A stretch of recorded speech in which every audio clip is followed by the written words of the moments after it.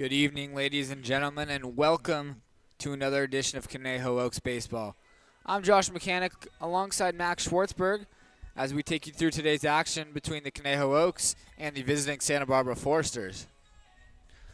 Well, the Oaks and the Forresters met twice last week, a back-to-back in which Santa Barbara took both games, a 12-4 victory here at Sparky Anderson Field, and then following that up with a 7-0 win up in Santa Barbara.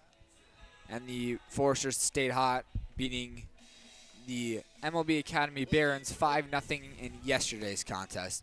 For the Oaks, they were able to bounce back after the couple of defeats against the Forresters, which did snap a 9-game losing streak.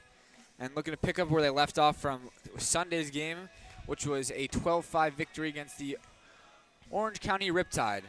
On the mound today for the Oaks is Cole Fisher, making his first start in a week. And well, Max, the Oaks lost twice last week to the Forresters, and it's a big one today, a chance to jump them in the standings. And what do they got to do to make that happen? Well, it's all about not letting a game get away from you. The Forresters, they're a great team. They're always going to be a really big threat at the top of the CCL, but the Oaks, just under losing the season series by 1 game. So these teams, they're very closely matched. It all comes down to the Oaks just continue to execute offensively. Obviously, the story has been the big inning all season, but in that last loss against the Forresters, it seemed like the game just got away from them late. It was 3-3, and then the Forresters went on and scored about 8 unanswered runs, and that was basically all she wrote there. So the Oaks are just going to need to make sure that they can continue to stay in every game and give themselves a chance with the offense. When it's difficult to do that against a very difficult Forresters pitching staff and lineup. Lineup led today by Caden Peterson, who's been the leadoff hitter a few times the Oaks and Forresters have played. Then Nicholas Oakley bats second at second base with Jonas Sebring in center field. Jack Holman bats cleanup. He's playing first base with Will Rogers as the designated hitter. TJ Pompey plays short with Daniel Patterson, Ryan Taman, and then Jackson Freeman rounding out the lineup. The first pitch from Cole Fisher is called a ball off the inside of the plate. Looked like a pretty good location, but not getting the call. That one misses high. 2-0 the count to Caden Peterson, who bats leadoff for the Forresters once again. Hitting .319. OPS over 900. Not getting the outside corner either is Fisher. That one misses away. 3-0. Some of these pitches, at least the first and then that most recent pitch, they're pretty good locations. They're not right down the middle as Fisher fires in a strike there, but it'll be interesting to see if there's a tight zone today because the home plate umpire, at least in this at-bat, kind of establishing that mindset. Which would be very different to what we're used to in the CCL, as that one catches the corner. Fisher sitting around 90 miles an hour to begin this one.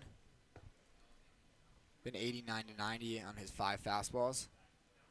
Payoff pitch is lined over to third base. Cooper Sheff makes the catch. First out of this first inning. As we take you through the Oaks defense today. Out there in left field is Austin Carrillo. Tommy Kendlinger in center. Jack Brooks plays right field. And then the infield, Cooper Sheff at third. Alon Camarillo at shortstop. Kai Caranto plays second. Nick Leahy over there at first base. And George Baker does the catching for Cole Fisher. 94 off the bat of Peterson, right in the glove of Sheff. They're 91 on the outside. That misses for a ball. Nicholas Oakley has just recently joined the Forresters. Only 1 for 4 coming into play today.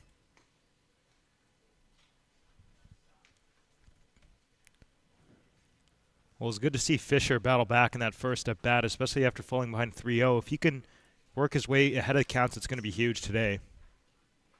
Well, he gets ahead of Oakley 1-2. 91 on the gun from Fisher, who's making his 5th start for the Oaks this summer, his 6th appearance overall. He goes for a backdoor breaking ball that doesn't catch the zone.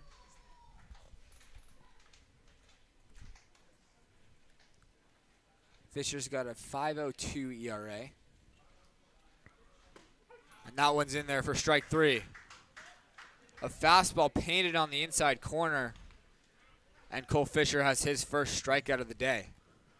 Well, we just saw the punch out. His strikeouts, has been there really all season. The ERA up, but that just comes down to the walks he's been struggling with early on, especially in some of those most recent starts, even dating back to the early ones like at Arroyo Seco. But obviously the stuff is there. He's been striking out hitters consistently. Once he gets a good scope for the strike zone and a good feel for his pitches, that's when he starts rolling and really setting guys down in order. That's now 23 strikeouts in 15 innings for Fisher. He gets the call there. Been consistently at 91 miles per hour on the last few pitches. Against Jonas Sebring. That one's outside. Sebring is always in the top third of the Forresters lineup when these two teams face off. Hitting .333. Slugging .483. Swings and misses at a filthy slider. 23 inches of movement on that pitch. And an insane spin rate as well, over 3,000 RPMs. It's a lot more than even a big league average. As a 1-2 comes in, another breaking ball. Sebring's able to lay off this time. Is that the first 3,000 we've seen all summer? First time I've noticed it. That's pretty remarkable. Yeah, I know breaking ball in MLB averages around like 2,600, something like that. 3,000. Cole Fisher. So that one's on the corner. Slap fell. And that breaking ball, it started on the inside part of the plate and ended up outside for a ball. It just goes to show you how hard hitting that little baseball with a round bat is. He's also got this fastball that's got good arm side run on it. Starting it off the plate and then finding the corner.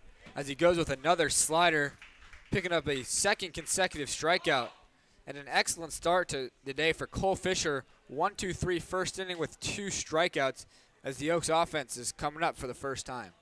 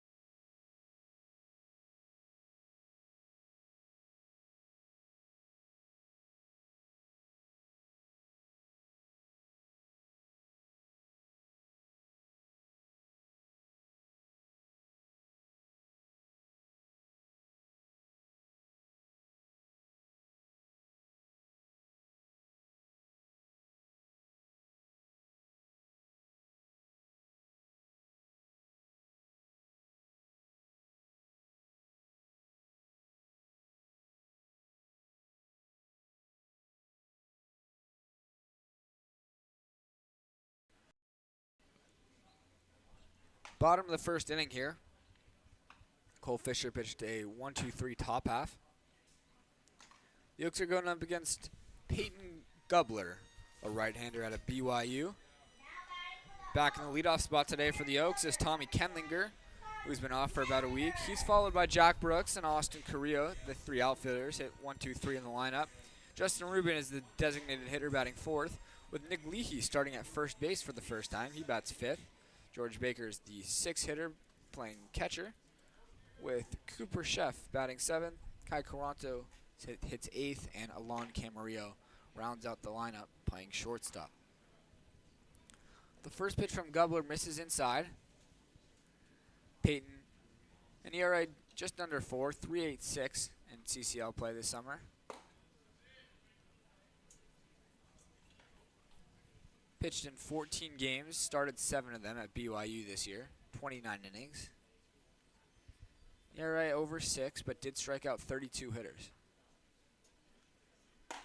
His 2-0 is in there for a strike. 92 on that fastball. Against Tommy Kenlinger, who's been off for about a week. The Oaks happy to see him back in the lineup. Been one of the best hitters, actually the best, as far as batting average goes, hitting even 400. Also, slugging and getting on base at an elite clip. 507 on base, 655 slug. Great start to the summer in every facet as Kenlinger goes down swinging. Really good slider there from Peyton Glubler to get his first strikeout of the game. Yeah, that's one of those that stayed in the zone for a really long time and just right about at the end and just keeps darting out. And then you could see Kenlinger with the wild swing and a miss. Really good stuff. 2,500 RPMs. Brings up Jack Brooks. He plays right field today for the Oaks, and he shows bunt, gets it down. Glubler fields, fires low, and it's taking the first baseman off the bag. Jack Brooks reaches on an infield. We say single? An error. I think single. Probably a single. Scoreboard gives him a single. We'll give Brooks the benefit of the doubt. With his speed, as long as he gets it down away from the pitcher just a little bit, Brooks gives himself a great chance to beat it. And it would have been close at first, even if that was a perfect throw. Austin Carrillo up there. He watches a fastball miss away. Carrillo hitting .354. On base percentage is .569. Because of his 16 walks and 8 hit by pitches. As Brooks runs, Carrillo fouls it away. Well, there's a clear plan, at least so far, knowing Carrillo, the scouting report. Obviously, been in the CCL forever, but played the Forresters a couple times this year. Clearly on the outside part of the plate, really trying to establish the fastball in that zone. If you look at just about every offensive category for the Oaks, Carrillo finds himself in the top 3. He pops up this 1-1 pitch in the shallow left center field. Coming in and making the catch is Peterson for out number 2. Now batting for the Oaks, designated hitter, number 39, Justin Rubin. After Brooks reaches on the single, Glubler is able to get Carrillo to routinely fly out to left field, which now brings Justin Rubin to the plate. Along with Carrillo and Kenlinger, Rubin has been the Oaks' best hitter. As he hits this one in the air out to center field, Sebring is there. Drifts over to his left just a little bit to make the catch and retire the side.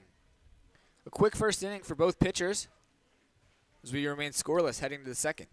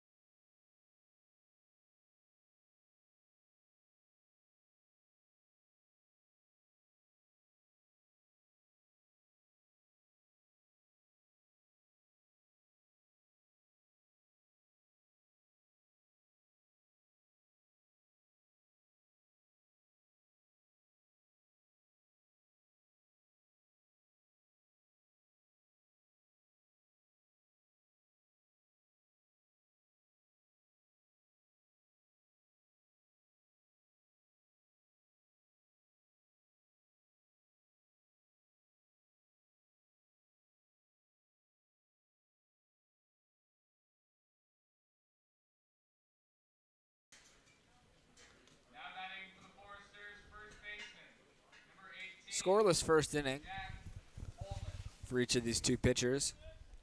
Cole Fisher putting down the Forresters in order, including a couple of strikeouts. The Oaks did pick up a hit on the Jack Brooks bunt single, but other than that, a couple of softly hit balls and a strikeout. As the first pitch to Jack Holman is a check swing that he's able to get a piece of and foul down the line. Holman is, of all the hitters in these Forresters lineup, Holman might be the most scary to face. Hit .392, slugging .569. 2 home runs for Jack as well.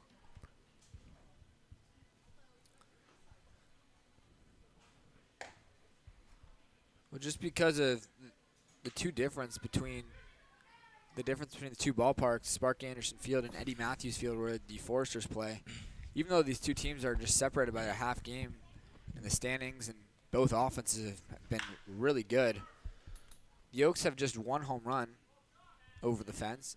If you look at the Forresters lineup, a lot of their players have left the yard. It also surprises me that obviously the Oaks don't have as many left-handed batters, but the wind here in Thousand Oaks blows very much so left to right. So if you hit anything well to right center, it wouldn't be surprising if it left. So, I mean, obviously it wouldn't be surprised if Holman went yard here, but you'd think like some of the Oaks lefties would have a good chance, at least down the line. Yeah, it's also been surprising that in the couple of games we've played at Santa Barbara, the Oaks, neither team has hit a home run. This one's grounded over to the right side. Kai Caranto rages into the hole, and he throws out Jack Holman. Well, Fisher, a really good approach there. Knowing that Holman's power is on the inner half of the plate, he was sticking to the outside the entire time and dotting it with off-speed pitches. We saw the fastball there at 90, right on the black, and Holman just rolling the wrist for out number 1. Exactly what you want to see from Cole. The DH, Will Rogers now. Rogers is a two-way guy. He's actually sort of the closer for the Forresters. Pitches in the 9th inning often. Definitely a valuable guy to have on your squad.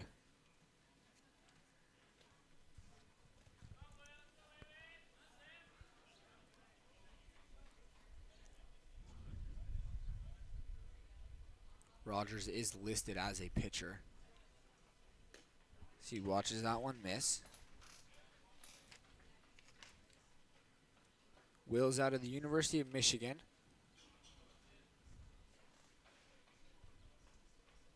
Not too many of those Big Ten schools in the Midwest have baseball programs. But Michigan, certainly a fine school to attend. That one just misses high. Trackman did have it as a strike. 3-0 is the count to Will Rogers. I've heard great things about Michigan. The Wolverines also have a really nice baseball program. Fisher's 3-0 deliveries in there.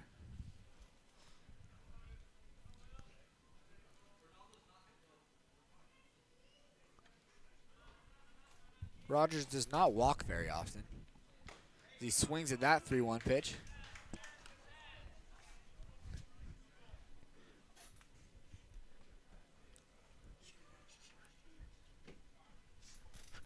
Count is full, 3-2 to Will Rogers.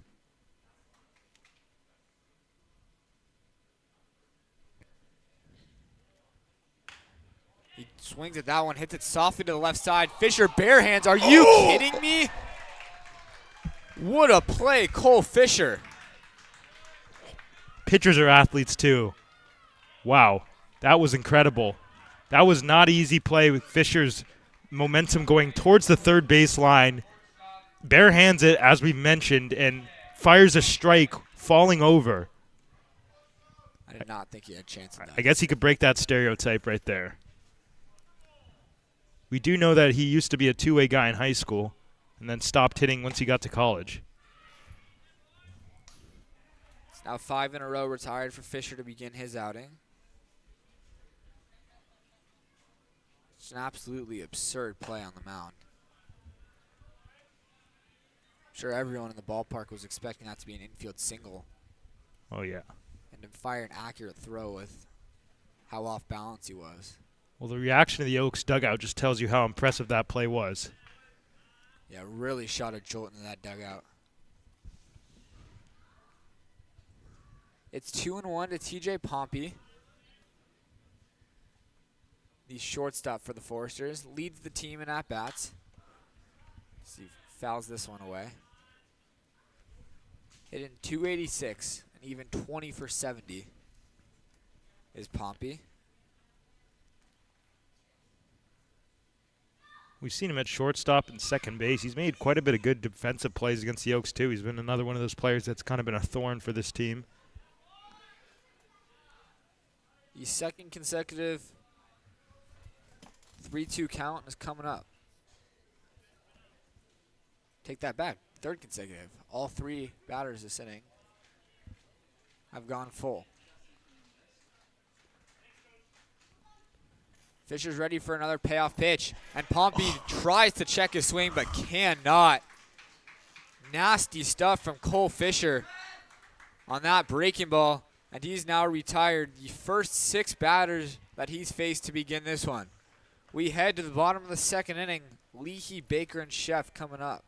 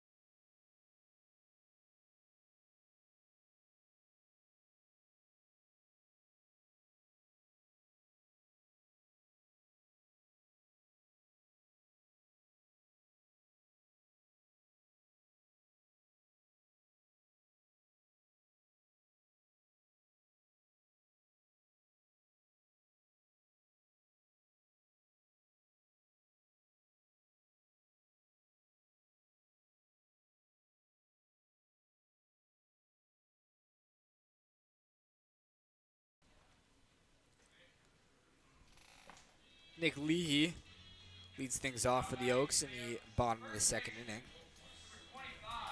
Cole Fisher's put on a show through 2 innings. 6 up, 6 down, including a stellar defensive play on the mound, barehanding a ball and firing an accurate throw over to first to get Will Rogers. The first pitch hits Nick Leahy. Ooh, that looks like right on the ribs. For a guy who's already missed a week due to injury after getting hit by a pitch on his hand, not at all what you want to see. Fastball right at 92, just riding too far inside. We saw that with Jonah Sebring a couple days ago here. Luckily, Jonah was back in the lineup the next day, but you just never want to see that for any player.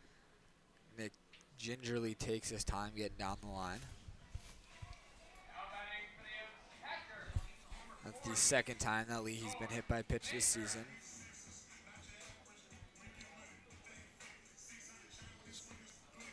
It's now George Baker.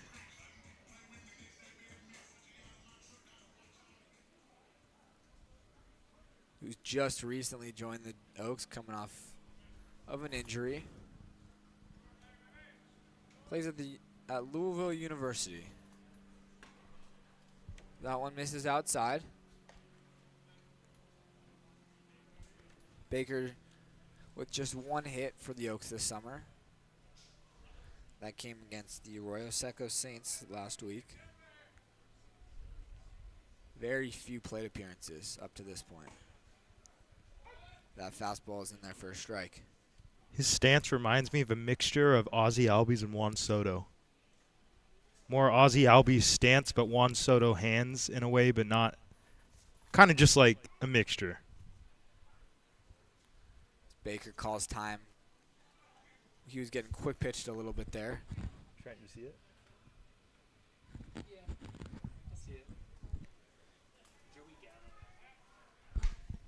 Pickoff attempt. And there standing up is Leahy.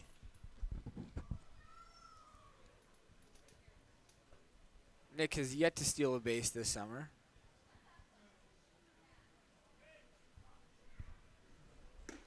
Baker swings and misses at that changeup. That was a really good pitch. Just tumbling out of the zone. It looks like it's going to stay at the bottom of the zone for so long and then just keeps falling out. Not sure if we've seen that pitch yet from Gubler, but it wouldn't surprise me if we see it a second consecutive time. Indeed, a changeup again, but Baker's able to lay off.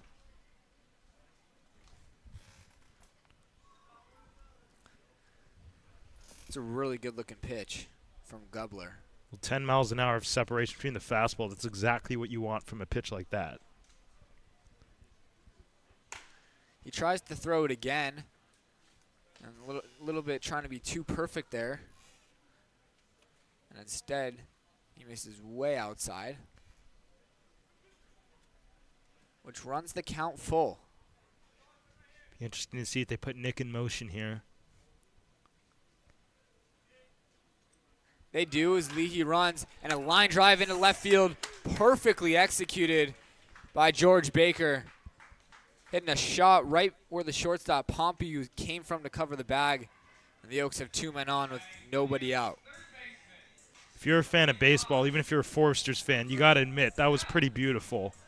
That throw with pulling the runner off, with Leahy running, pulls shortstop Pompey, or the shortstop, over towards the bag and exactly where he was. That's what you practice every day in those practices. Could be a bunt situation right now for the Oaks, but it is one of their better hitters, Cooper Chef, at 3-11. He's up there to swing away, it looks like. He ducks out of the way of the first pitch. Chef, another guy for the Oaks that has his on-base percentage over 400 to go along with his 311 average. Also slugging at a 444 clip.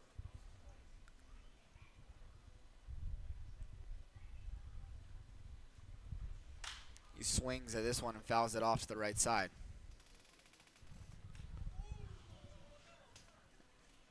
I believe that smacked a car out there in the parking lot.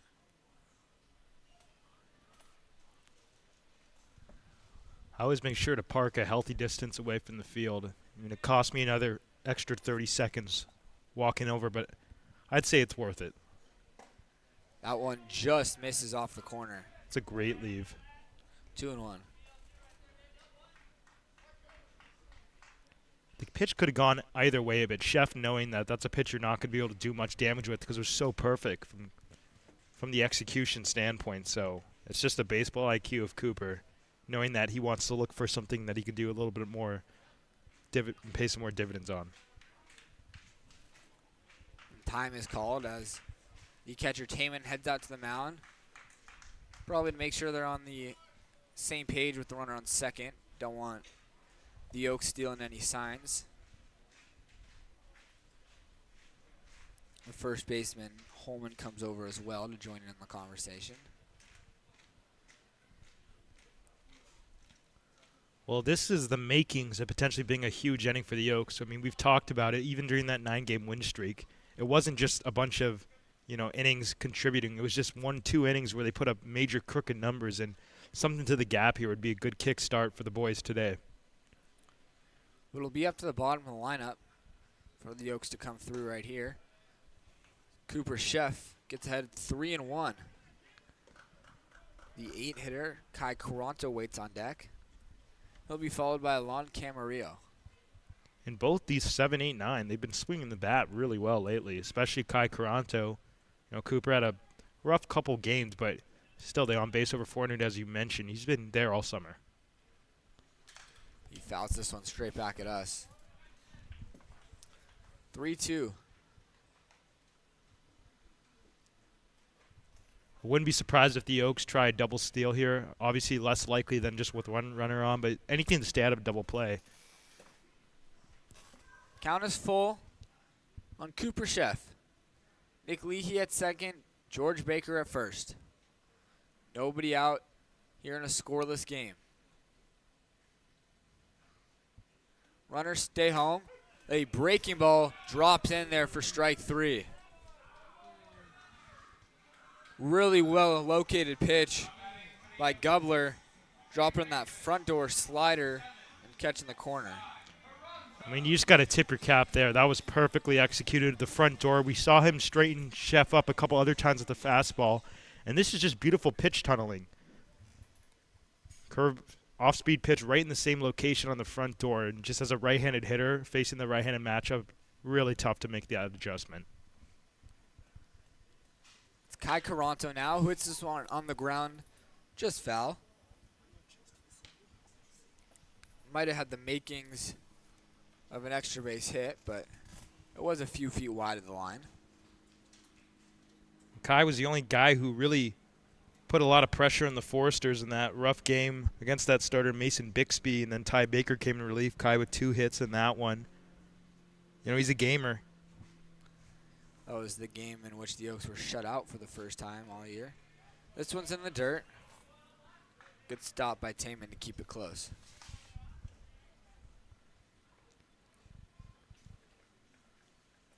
Yeah, the Oaks offense were held to just 5 hits in Friday's contest against, or I should say Saturday's contest against the Forresters.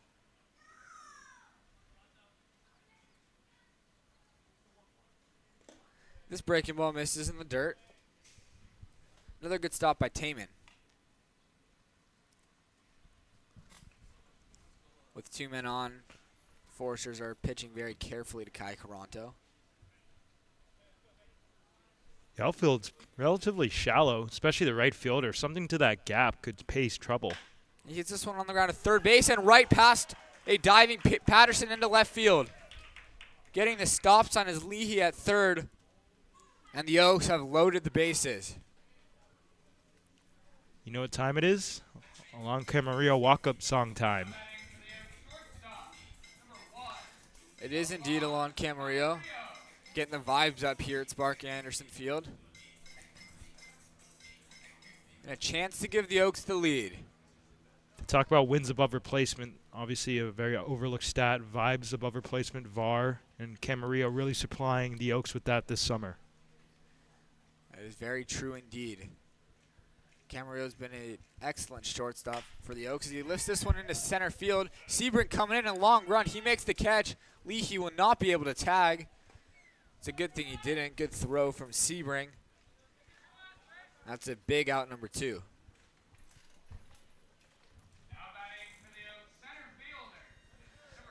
Well, Camarillo tried to elevate something, but it just wasn't deep enough. With the top of the lineup coming up, third base coach Parker did not feel the need to risk sending Leahy home. Yeah, that was a fastball that Alon got a little bit sawed off on the inner half. Bases are still loaded. 2 outs. Up to Tommy Kendlinger if the Oaks want to come through here in this second inning. Already the second time in as many innings that Tommy has hit today. He did go down on strikes in the first. Looking to come through right here. That fastball's ruled a ball. Looked to be off the plate by a couple of baseballs. That's one of those that on a normal day, I believe would have been ruled a strike. Most CCL umpires are calling that. That one does indeed catch the corner. That's paint. Really nothing you can do with that pitch. Paint. Indeed, just catching that corner with 20 inches of run as well. No chance for Kendlinger. He watches this one miss in the dirt. Getting away and coming in to score is Leahy. The Oaks jump on top. They lead 1-0. Well, it'd be really frustrating if after especially the makings of the sending the first and second nobody out and ended up being a no score, but anything, that's huge. Obviously the big hit is what you really want here, especially as both runners move into scoring position, but that really takes a big sigh of relief for the Oaks dugout. Ryan Taman has been very short-handed very sure-handed, I should say, behind the plate, blocking just about everything, but that time he tried to pick it, and it kicked off his glove. This one's looped into left field. That'll drop for a hit. Coming around and scoring is Caranto. 2 runs come across on an RBI single by Tommy Kenlinger. Speak it into existence. There's the 1 run at least, and then the big hit as we talked about. There's a crooked number. Chalk up 3 for the good guys. It looks like the Forresters were going to get out of this after they got Camarillo to fly out and get the second out of this inning, but a wild pitch and then a 2 RBI knock from Kenlinger gives the Oaks a 3-0 lead. As Jack Brooks lofts this one into left field, that'll drop just foul. Brooks had the Oaks' first hit of this one, reaching on a bunt single just last inning. Anything to the gap here with 2 outs, Kenlinger is going to score with his speed. Kenlinger runs really well over there at first base. Team leader with 8 stolen bases. Also has a couple of triples to his name.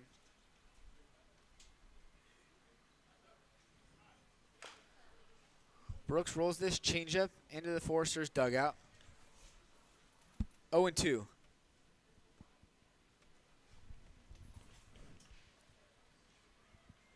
And the more pitches this team sees, the better for the Oaks, especially as they're able to understand the types of movement and sequences as Tommy takes a massive lead over there. There he goes. Pitches outside. The throw is from the knees of Taman. No chance with the jump that Kenlinger got there. Taman had to improvise on that throw. Sliding to his left and still trying to get Tommy at second. I'm surprised Holman didn't say anything to step off. That was pretty evident to me that he was going to steal right there. Inch and he was way out. He was leaning towards second base. Now in scoring position as he heads for third. Brooks rolls this one foul. Well, that's now 2 chases on that changeup in this at bat. I'm sure the pitcher's going to keep that in mind, but for Brooks, he's just going to have to keep staying alive and spoil whatever. Obviously, the changeup's giving him a little bit of problem, but if he gets something in the zone that he likes, that could be a good sign for the Oaks. We should also mention that Cole Fisher's been sitting down in that dugout for quite some time. Very long bottom of the second inning. 1-2 to Jack Brooks. Hit foul. Great job by Brooks to stay alive. That was a fastball, a little bit off the plate, but you never know. That's definitely a pitch that we see get called all the time, and understanding the strike zone now in his second season as an Oak, the CCL umpire is pretty much consistent with that type of zone. He lifts this one out to deep center field. Sebring goes back on it, drifting back before making the catch out there shy of the warning track. Good swing off the bat of Jack Brooks, but not enough pop on it as Sebring's able to track it down out there in center field. Still, though, the Oaks plate 3 here in the second inning as they lead headed to the third.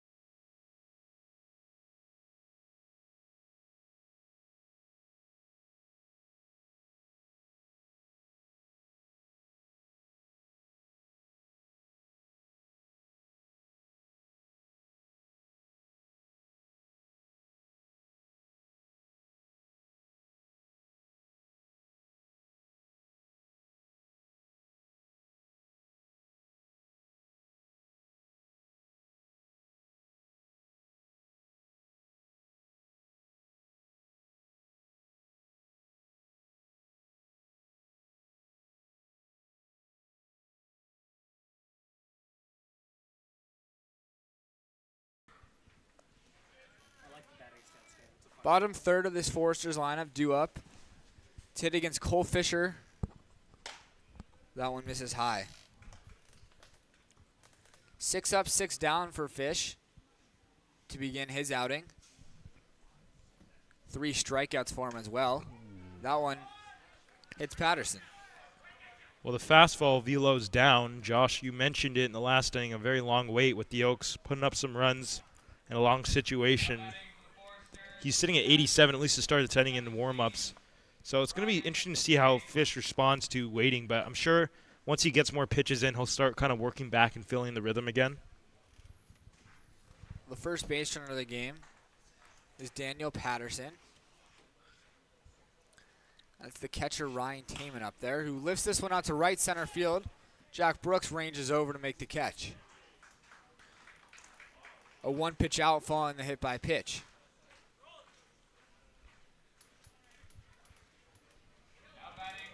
It's now the 9-man, Jackson Freeman. 259 hitter, but does take his walks, getting on base at a 417 clip. Cole Fisher looking for a double play ball. And another first pitch swing into center field. Kenlinger is there. 2 outs on 2 pitches. Well, you love to see that. Get back in the dugout, the hot bats.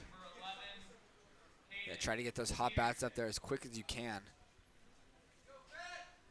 It's the top of the lineup now, Caden Peterson.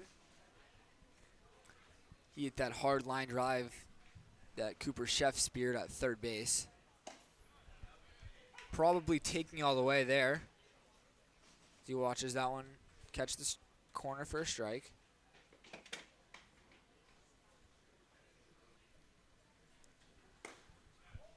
That one ruled a ball. Pretty similar location, but just a hair off the plate. 1-1 to Peterson.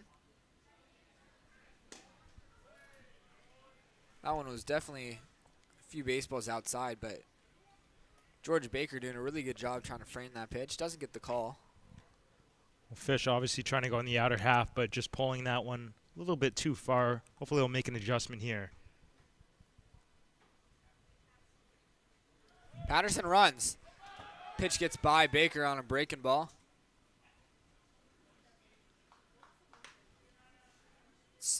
Stolen base number 6 for Daniel Patterson.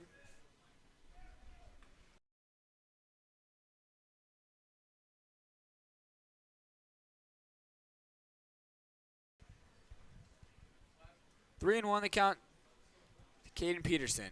First base is open with Patterson swiping second. This one's fouled back.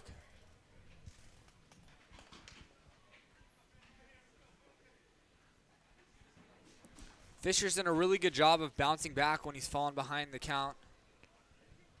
Count is now full again. We'll see what he goes with on the 3-2 delivery. It's a fastball, and it's a swing and a miss. Cole Fisher picks up another scoreless inning and strikes out his 4th batter of the game as we head to the bottom of the 3rd inning with the Oaks leading 3-0.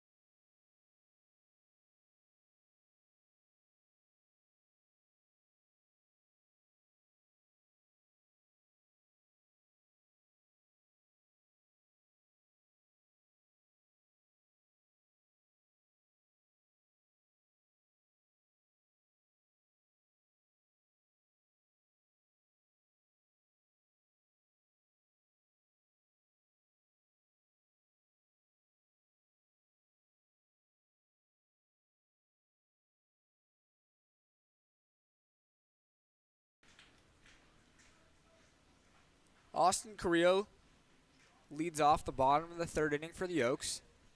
Cole Fisher did exactly what he needed after the Oaks played 3, putting up a 0, capping it off with a strikeout of Peterson in the third inning. Something we've seen Fisher do really well today. He's gotten behind a couple 3-ball counts, a couple 2-0 counts, but he's battled back and gotten some weak contact. 4 strikeouts through 3 for Fisher, no walks. The lone base runner was the hit by pitch of Daniel Patterson. The 1-1 is called a strike to Austin Carrillo. Might have been off the plate by a couple of inches.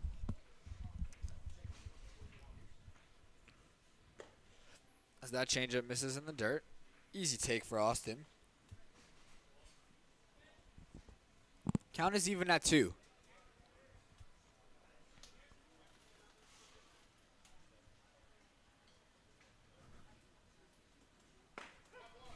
That one's on the inside corner for strike 3. Carrillo goes down looking. Third strikeout of the day for Peyton Glover.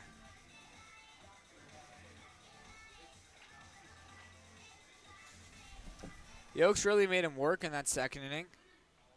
Only a 10-pitch first for Gubler, but then over 20 pitches thrown in the second inning.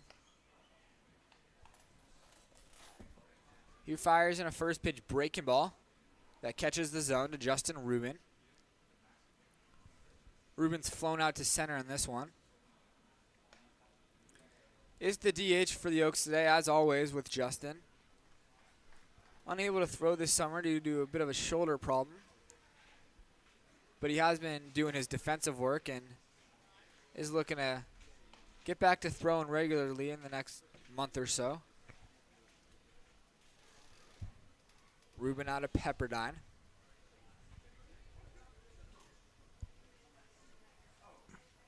Who's going through a coaching change this year.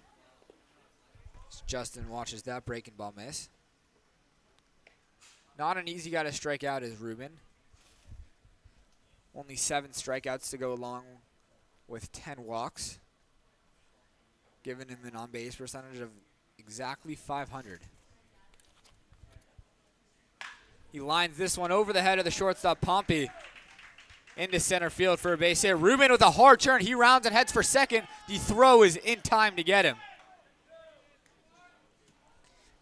You like the aggressiveness of Rubin, but a perfect throw by Sebring is able to nab Justin.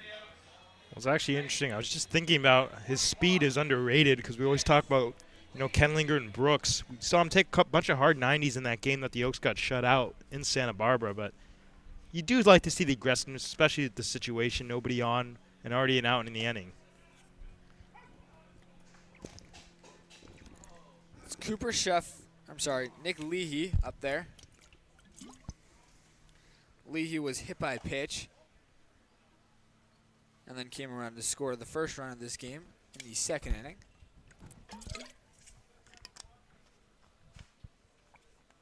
Leahy out of UC Davis. Hits this one over to shortstop Pompey. Backhands and bobbles. Will not make the throw across. I'd say that's an error. That'll go down as an error for the shortstop Pompey. A rare defensive miscue for him, who's been very solid with the glove in the few games that we've seen Santa Barbara.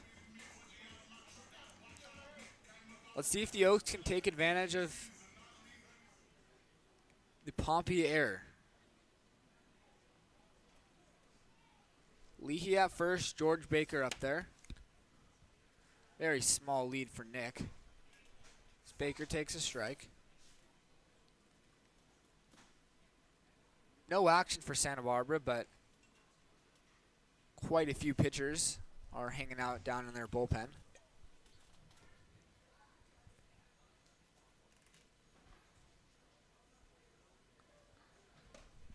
Baker swings over the top of that changeup.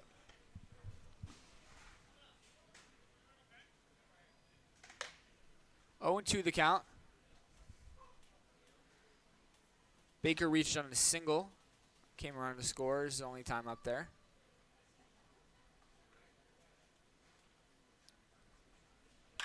He hits this one to second base.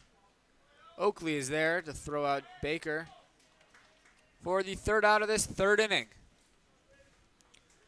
The Oaks lead 3-0. As we head to the fourth inning, Cole Fisher back out on the mound.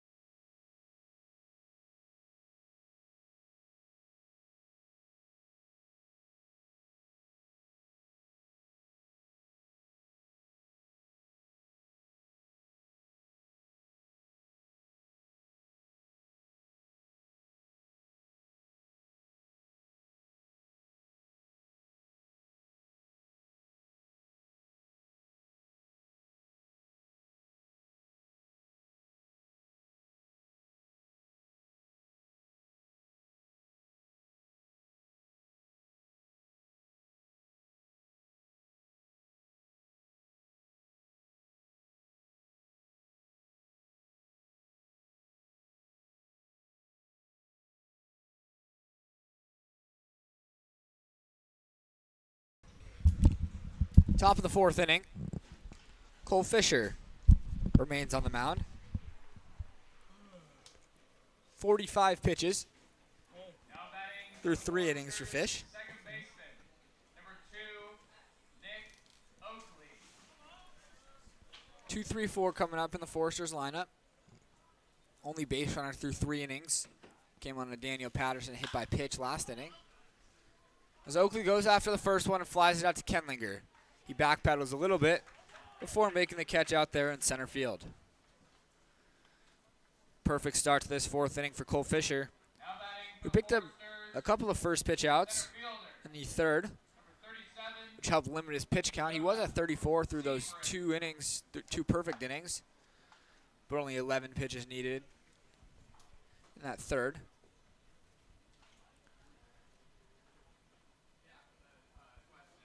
That one pitch out brings up the center fielder Jonas Sebring, who we saw pick up an outfield assist last inning.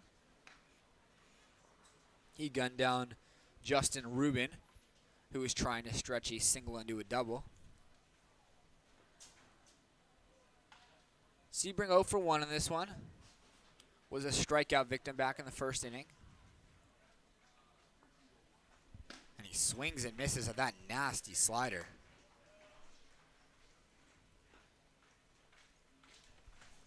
Oh and 2 to Sebring. Fisher looking for his 5th strikeout of the day. He goes with the slider, but Sebring is able to lay off. Nobody currently down in the Oaks bullpen. The Oaks have been careful with their starting pitchers not to let them throw too many pitches, especially with Cole Fisher, who's only thrown 14 innings. As this one's popped up on the infield. Leahy comes over, calls off Caranto to make the catch.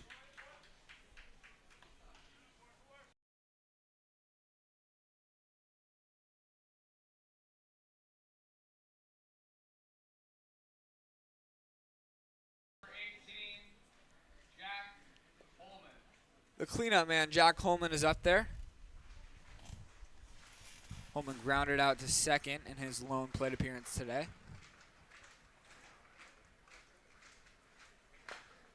He goes after the first one. It's a breaking ball that's rolled foul. That a splitter there? Yeah. Bit of a different off-speed pitch there from Fisher. Very little spin on it. Yeah, only 1,100 RPMs.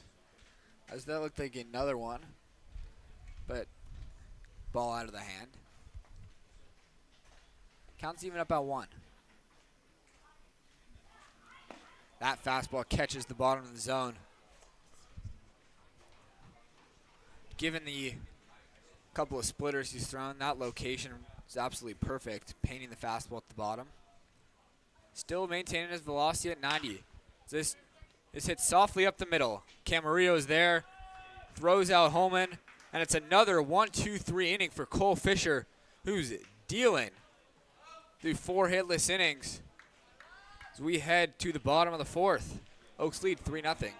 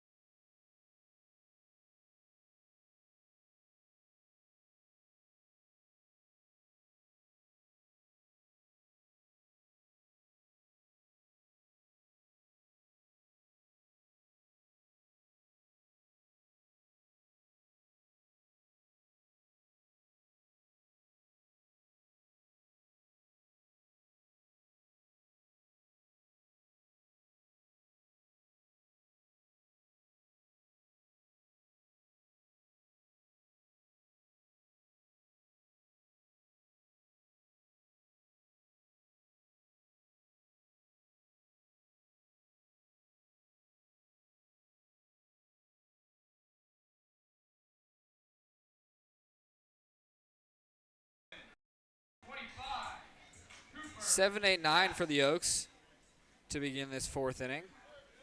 Cooper Chef to lead things off. Was a strikeout victim his only time up there today. Takes a ball down below the zone. Chef getting the start at third base today. As he lofts this one out to shallow right field. That's going to be a long run, but making the catch is the right fielder Freeman. The wind helped him out a bit. The first out of this 4th. Second baseman, number 2. Correction, number 7. Toronto. Brings up Kai Caranto, first baseman in this one. Sorry, second baseman in this one. Singled his last at bat, and then came around to score. He takes a strike. Kind of overlooked, but Kai's swinging a really hot bat right now. And that's boosted his average up over 300. Caranto sitting at 303.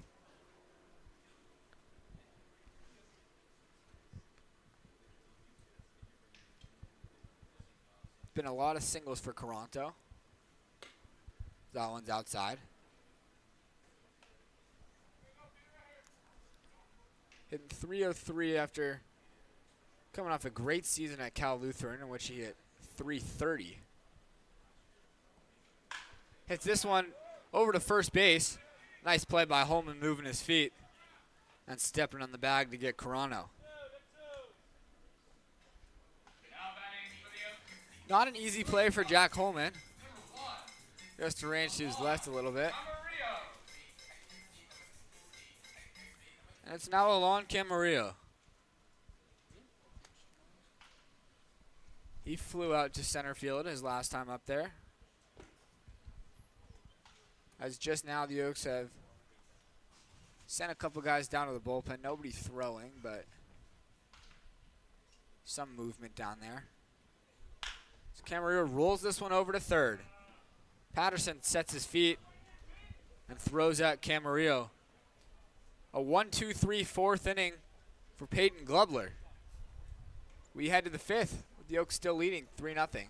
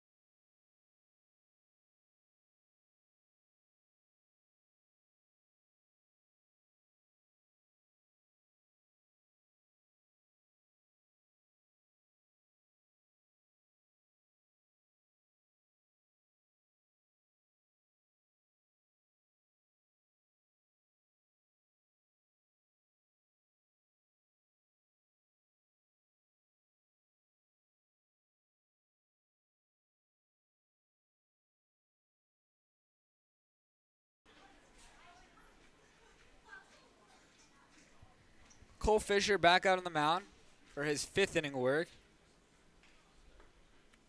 Facing Will Rogers to begin this fifth. Just want to mention the score is 3-0. The scoreboard changed in between innings. We didn't notice. Sometimes it does that for whatever reason, but 3-0.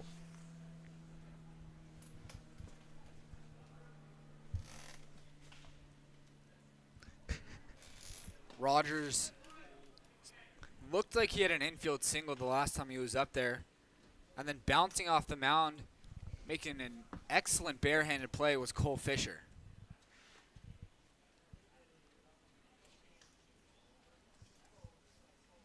Still, the only base runner of this one is that hit by pitch from Daniel Patterson.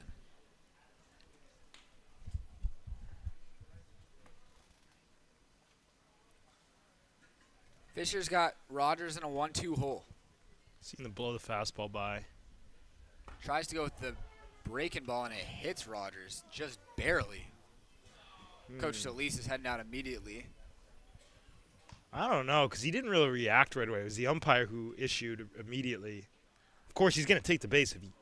And I'm not saying he didn't get hit, but usually the hitter's the first one to say, hey, that hit me. But he didn't really make that reaction. So that was what kind of stood out to me. I actually did think it hit him, but I thought he leaned over the plate a little bit. That might be what Coach Solis is. We talked to Coach Solis yesterday, actually, about the negotiations and conversation he has with umpires. And what he really likes to do is just take them through the situation and remind them kind of what might have happened. But as he gets the umpires to come together here, could be for a makings of an excellent lawyer case again. But the baseline is he's make sure to pay attention to every detail of the game, really throughout the field, and obviously close attention to what might have been a lean into that pitch. We're not sure. That's what Josh says. I didn't catch that, but we'll see here as he got the umpires at least get together.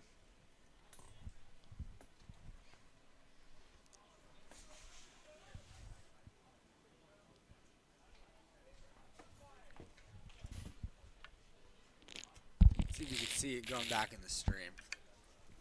Look. Yeah, it's hard to tell. Well, it looked like he might have moved his elbow out because initially when I was watching live, I thought it was the jersey that got hit, but I don't think they're going to make a change here. It's a hit by pitch for Will Rogers, which is always disappointing in a 2-strike count for any pitcher. You just got to flush it. Second base runner of the day is there is action in the Oaks bullpen. Cannot see exactly who, but there is a right-hander warming. Fisher still at 90 with his fastball, catching the bottom of the zone. Against the shortstop, TJ Pompey. With Rogers at first getting an insane jump, and he's in there standing up. Yeah, no, nothing you can do there. Surprised to see Pompey even swing at that pitch. Well, you could see, yeah, really surprised actually, but you could see Fisher kind of patting my bad to George Baker because I think he knows he didn't really change up the timing throughout that entire at bat. So a good read, understanding he had pitcher timing right there, and that's something that pitchers always try to do, just switch it up on the base pass. The 0-2 fastball is outside. Running in scoring position and nobody out right now for the Forresters.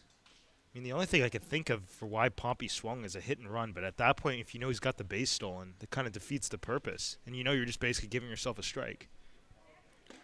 He swings and misses again. Second time Pompey's gone down on strikes. The 5th punch out of the day for Cole Fisher. Well, the first one against Pompey was a sword, and that was just a really bad-looking swing. Fisher, the RPM, it's kind of the star of the show. That one at 28.52. We've seen one at 3,000. You really don't see that often, especially in collegiate ball. That's pretty impressive. So, you know, Fisher's doing his job up there, and I think the difference maker today has been his ability to bounce back from adversity. He's had a lot of 3-ball counts, and he's also done a great job of, you know, if something happens that's a second hit by pitch, really bouncing back. We just saw right there. Daniel Patterson needs to take his time after fouling one off his foot. Kind of a painful afternoon for him with the hit by pitch and now this painful foul ball.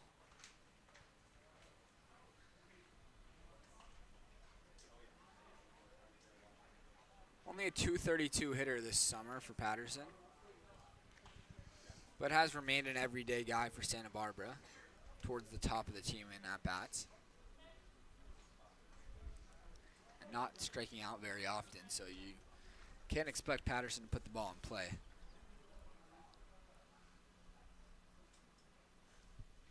Couple looks towards second before firing home and missing outside. With the action in the Oaks bullpen, it is looking like this will be the last inning for Cole Fisher.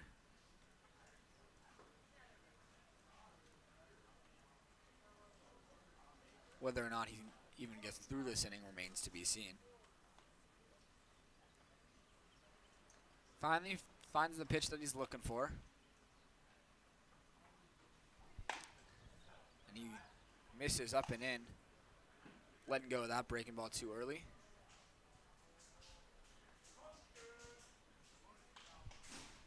He's been able to throw for a strike really well today, has Fisher, but there's just been a couple of times that he's thrown that breaking ball and come close to or hit a batter.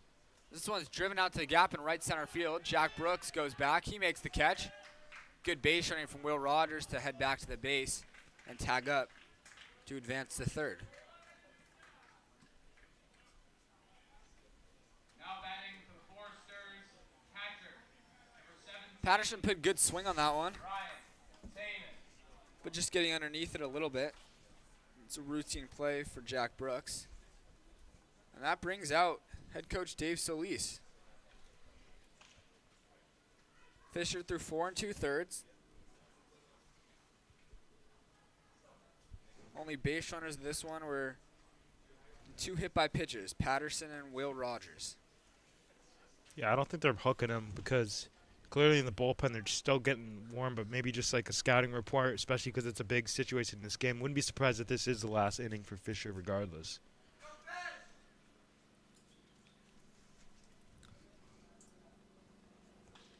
Fisher's cruising out there. But the Forresters do have a runner 90 feet away.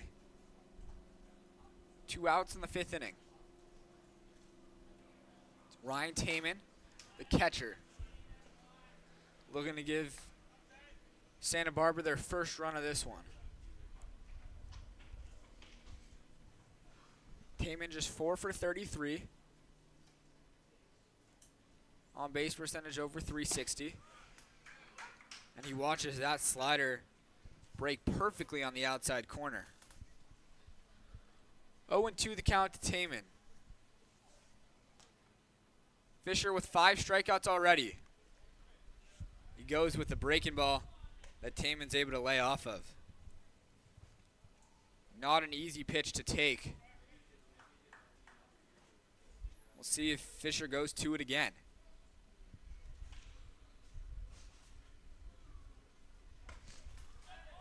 Tries to, but that one slips out of his hand. Easy take. 2-2 to Taman. Oaks lead 3-0. Will Rogers waits on third after being hit by a pitch. 2-2's shot into left field for a base hit.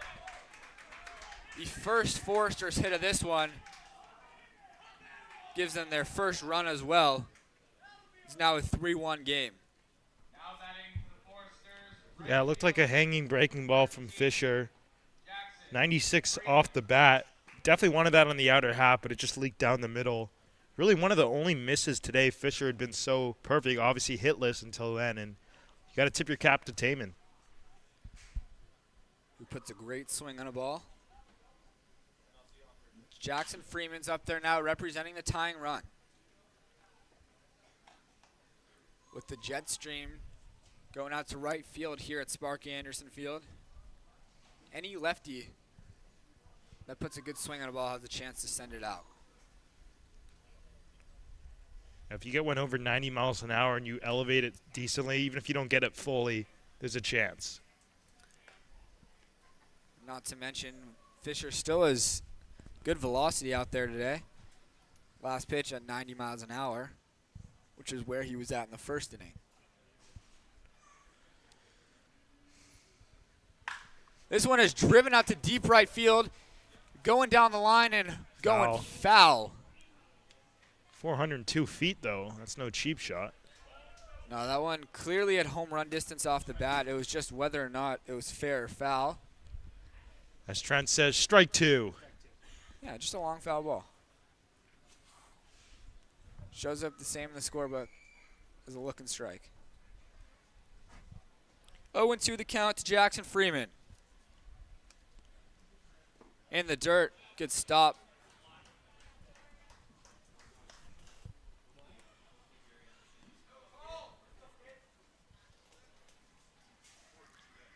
Freeman flew out to center today. Nearly missed tying this game.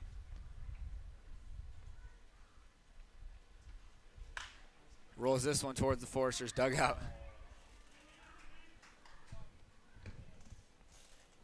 And the right-hander who's heading down the bullpen to warm up bodied up that.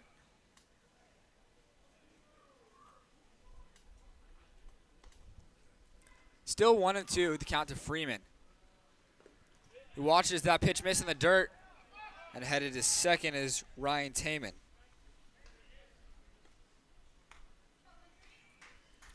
Last couple hitters have put together a couple of really nice plate appearances against Fisher. First it was Taman, who ripped that single into left field. Now Freeman. And he goes down swinging. Strikeout number 6 on the day for Cole Fisher. who gets through 5 innings of 1-run ball. Just 1 hit allowed. We're halfway home in this one with the Oaks leading 3-1.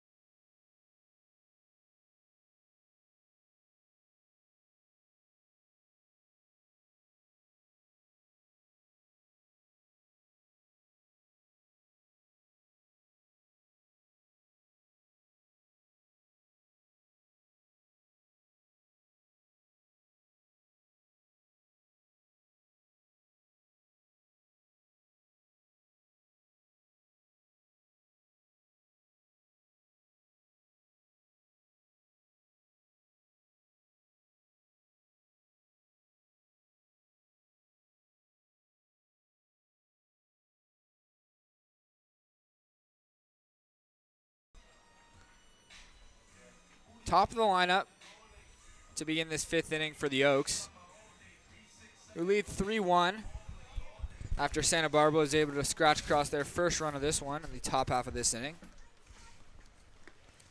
It's a battle for first place in the CCL South between these two teams today. Santa Barbara comes into play just a half game above the Oaks for first. The Forresters have played 1 more game, so they sit at 15-7, with the Oaks right behind them, 14-7. A win today for Conejo would see them jump ahead of the Forresters. And we've mentioned it a couple times, but the Forresters don't play in the CCL playoffs, so really whoever is number 2 in the CCL would get the 1 seed for the tournament, or for the playoffs, I should say. But of course, the Oaks, Coach Solis said it yesterday, they try to beat everybody and win every game.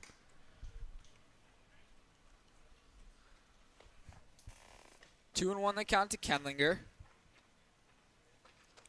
Tommy's 1 for 2 in this one.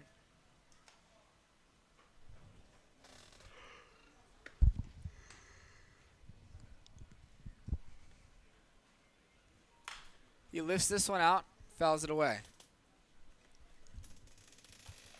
Tommy definitely wants that one back. That was a fastball really over the heart of the plate. A rare miss from what we've seen today. Both Fisher and like everybody on this field has been really dotting up the corners. So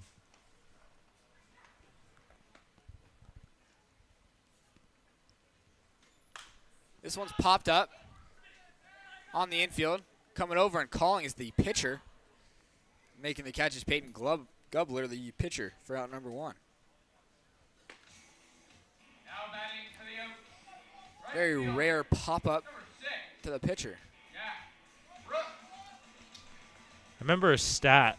I think it was in 2021 or 2022. Joey Votto popped up to the pitcher for the first time in his career at that point. And if you know anything about Joey Votto, he's been playing forever. Obviously, he's not playing in the bigs right now, but he's, I believe, in the Blue Jays minor league system. But just think about how a guy like that's how long it took him to pop up to a pitcher. It's pretty remarkable. I actually believe that wasn't even just a pitcher. It was just like first base. I think it was the first pop up to the left side of an Yeah. No, I believe it was the pitcher. crazy stat. It was a crazy stat.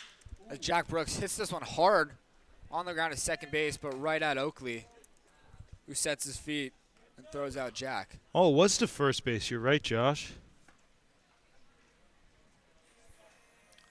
94 off the bat of Jack Brooks.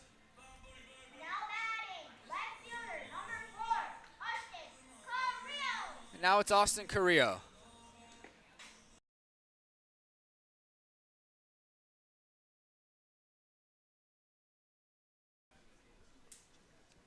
The first pitch to Carrillo misses outside. He is 0 for 2 in this one. Fly out and a strikeout. A rare strikeout for Carrillo, who got caught looking on a fastball. Slaps this one foul.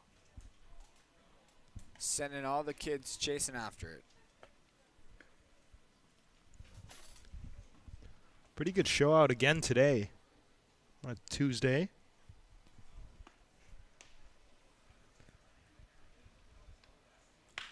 Carrillo ropes this one down the right field line and fair ball into the corner. It'll be an easy double for Carrillo. The only question is if he wants more. He stays put at second base.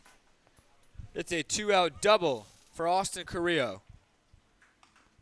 Keep the line moving. Now batting for the Oaks. Designated hitter, number The Oaks have had some pretty clutch hitting all season long, so any type of RBI opportunity, even though there's 2 outs, we'll take it. Of course, Justin Rubin's been dangerous already with the hit in this game. And this is definitely one of the guys you want up there for the Oaks in this situation. Only Kenlinger, Carrillo, and West have driven in more hitters than Justin Rubin, who's second on the team in batting average. Pops up the first pitch out of play.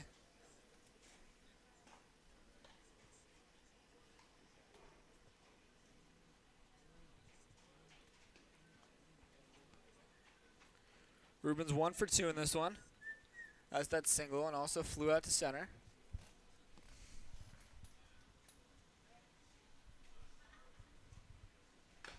Gubler fires and it's fouled back. It is Luis Lures warming up for the Oaks in the bullpen. Could mean that Cole Fisher's day is done. It was brilliant today for the Oaks. The Forresters also have a left-hander warming. The 0-2 from Gubler misses down. Talk about it a lot with Justin Rubin, but very difficult guy to strike out. Only 7 strikeouts this summer. Has walked more times than he's gone down on strikes. After looking at second a couple times, Gubler comes home and misses in the dirt. Good stop by Taman.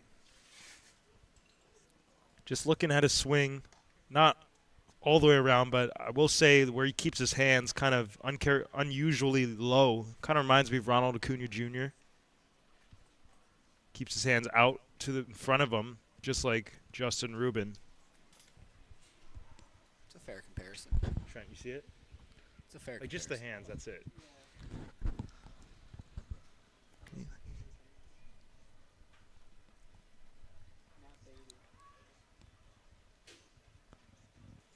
2-2 is swung and a missed. Justin Rubin goes down on strikes, and the Oaks strand a runner in scoring position. We head to the 6th. Luis Lures coming in to pitch, replacing Cole Fisher.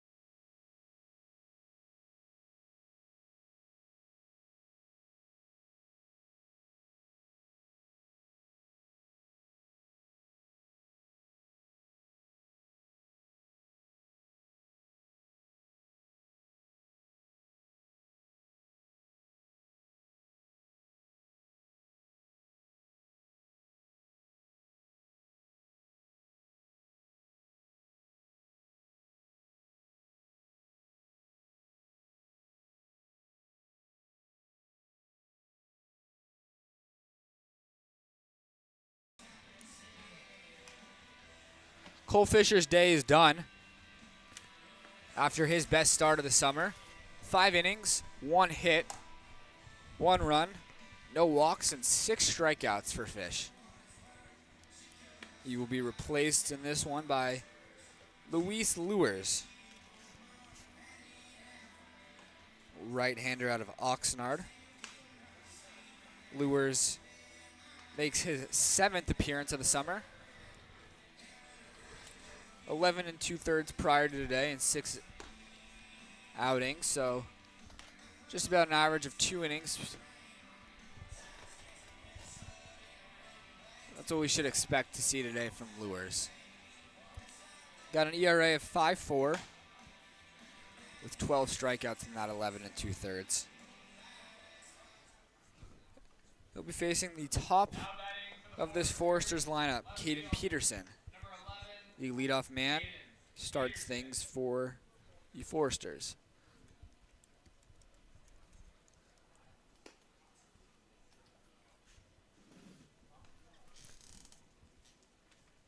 Peterson today is 0 for 2. A line out and a strikeout.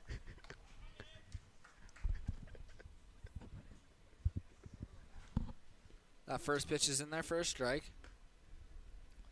86 on the gun. That one is lined over the head of Cooper Chef. He stretched as long as he could, but Chef couldn't make the play. Now batting for the Forresters, second It's a base, leadoff single for Peterson here in the 6th. Nick Oakley.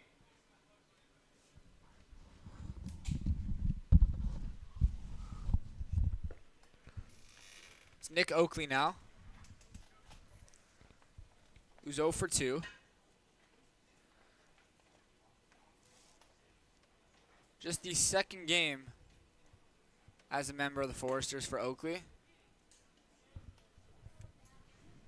Out of UCSB.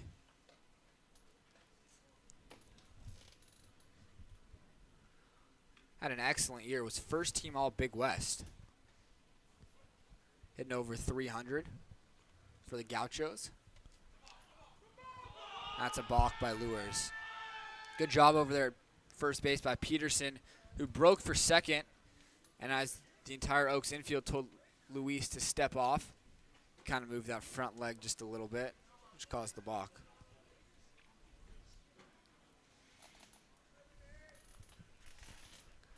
It's where that composure in those situations is always so big. You hear everyone yelling step off, but It's not so easy, right, to, relax the body and just calmly put the foot behind the rubber. it's 2-0 to Oakley, who's up there representing the tying run in a 3-1 game. This one's chopped foul.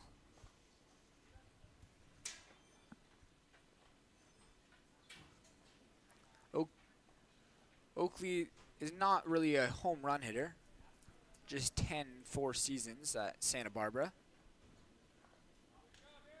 But certainly picks up a lot of hits. 69 hits this year.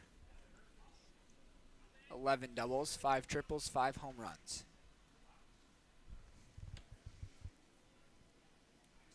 He shows bunt, and it's popped up foul. Santa Barbara tried to catch the Oaks napping. Cooper Chef deep over there at third base.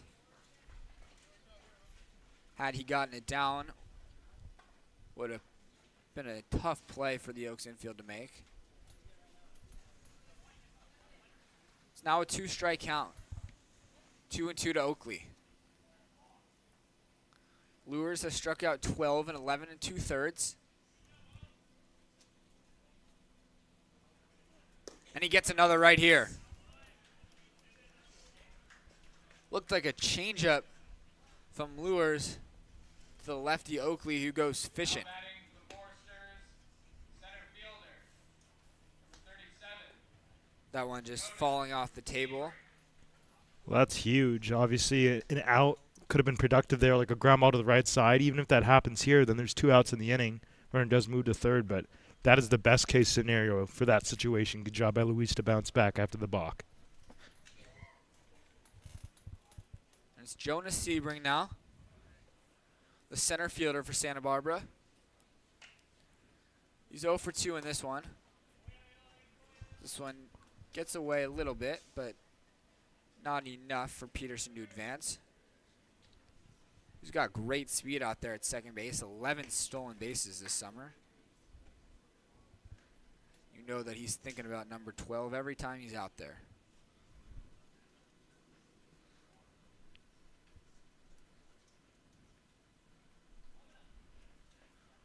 Lure's been sitting 86 to 88 with the fastball. He tries to throw a changeup on a 2-0 pitch, and it misses in.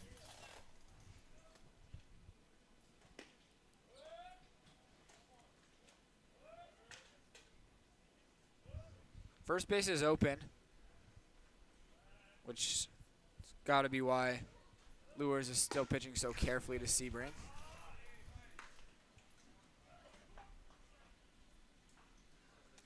There is a dangerous hitter on deck in Jack Holman. Just about everywhere you look in this Forresters lineup is someone who can handle the bat really well. Count is 2-0, 2-1, I should say. 2-2. Good spot. Dotted fastball low and away from Luis. I mean, the hits in this game, just 2 for the Forresters. Both have come on mistake pitches. We saw the hanging breaking ball to Taman, and then to start this inning, a fastball pretty much down the middle.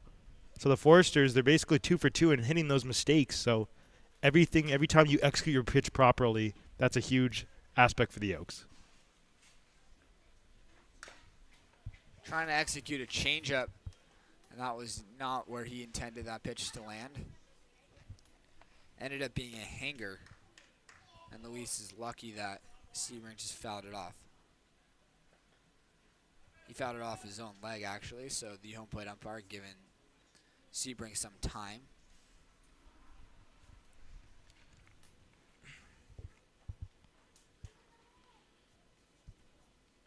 He looks to be okay, though, as he's back in the box.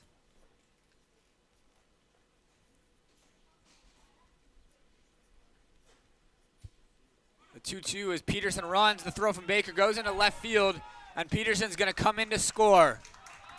The Forresters have cut this lead in half. It is now a one-run game.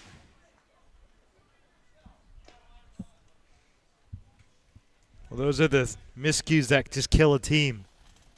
You know, it might sound like Captain Obvious, but the Oaks defense, they've been really solid this year, but whenever that happens, it just really gets magnified because teams tend to take advantage, and clearly here, the lead's cut in half, and the Forresters, while it might have seemed like a bigger lead for the Oaks, especially when they jumped out earlier, this game is very close, and tying run now at the plate. A good throw there probably gets Peterson as well. Yeah. 3-2. It's outside, ball 4. The tying run reaches base, and the go-ahead run comes up in the form of the heavy hitter, Jack Holman.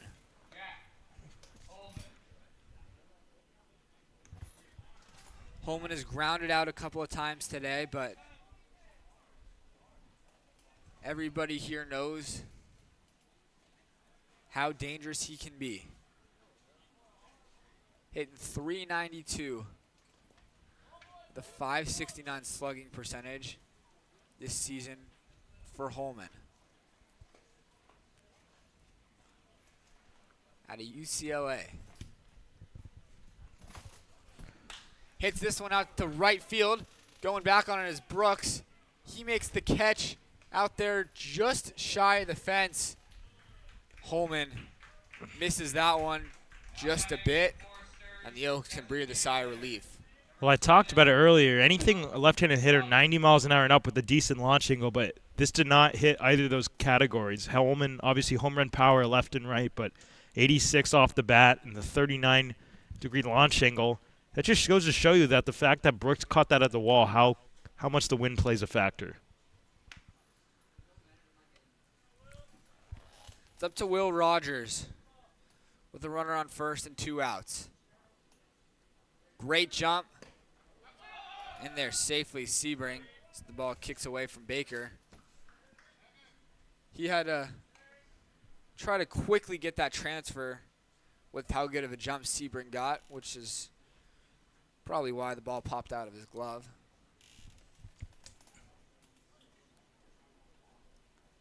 That is stolen base number 8 for Jonah.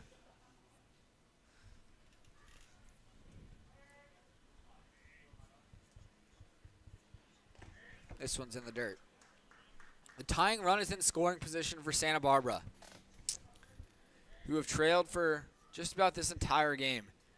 The Oaks jumped ahead with 3 runs in the second inning, but they've been held scoreless in every inning since. The Forresters got 1 in the 5th. So far, 1 here in the 6th. Tying run at second with 2 outs. Sebring heads for third. He's in there standing up. Stole that one off Lures. And the tying run is now 90 feet away. With that, the Oaks do send a right-hander down to the bullpen. Baker's got to be a brick wall back there. Anything by him ties this game.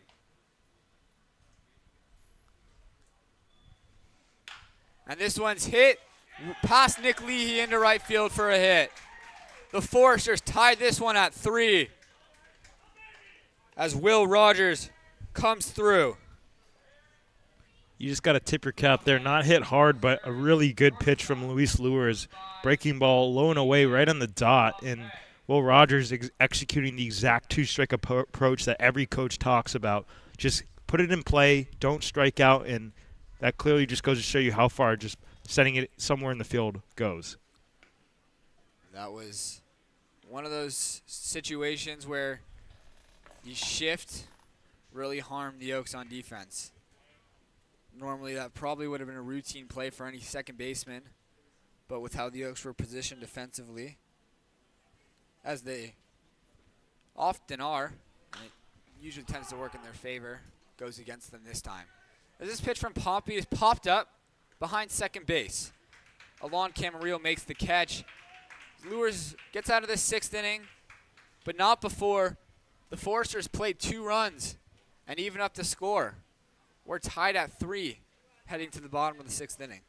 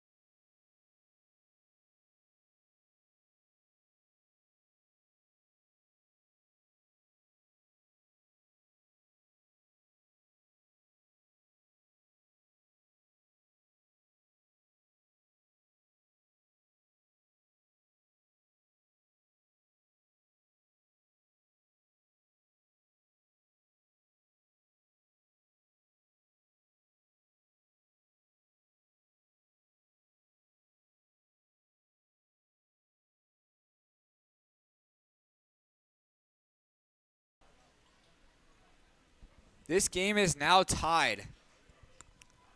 The Forresters get 1 in the 5th and 2 in the 6th to even it up at 3.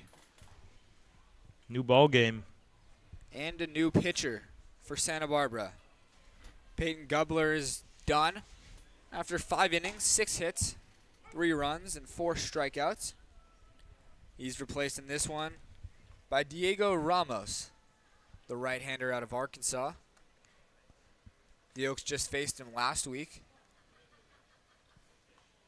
He's got good run on a fastball with getting a routine ground ball over shortstop. Pompey's there. The first out of this 6th. Well, Max, we mentioned a little bit before the game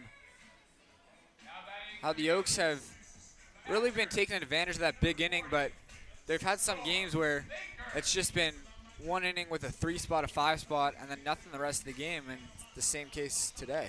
Well, I didn't want to say anything because, and obviously this is looking like at least the start of that game where the Oaks were tied up at 3 with the Forresters, but then one team pulled ahead. That was the Forresters, although the Oaks were the one who came back. The Forresters come back here, so if it stays consistent, the Oaks could pull ahead if history repeats itself this time. George Baker up there. He's 1 for 2 today. Did come around to score a run. Back in that 3-run second. The Oaks are still doubling the Forresters' hits in this one. 6 hits for the Oaks. 3 for Santa Barbara.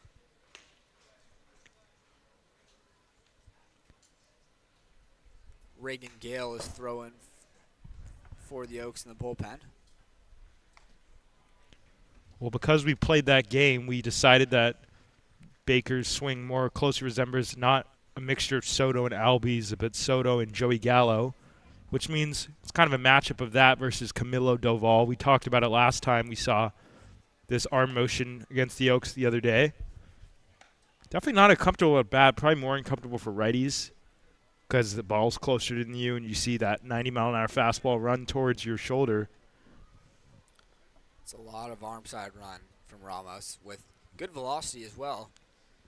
Been 89-90 with that fastball. That one's way outside. Yeah, Ramos looking like those creative players in the MLB The Show. The arm slot. Third baseman, number 25, Cooper Shutt. The 1-out walk from George Baker brings up Cooper Sheff, who's 0 for 2 in this one.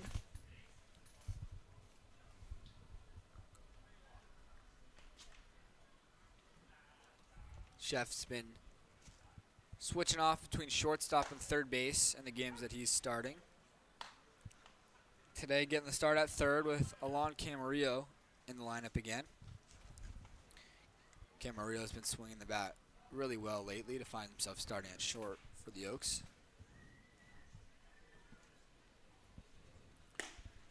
Back pick attempt over to first. Just bodying it up is Holman. Baker was back in there. Sheff went after a breaking ball on that pitch.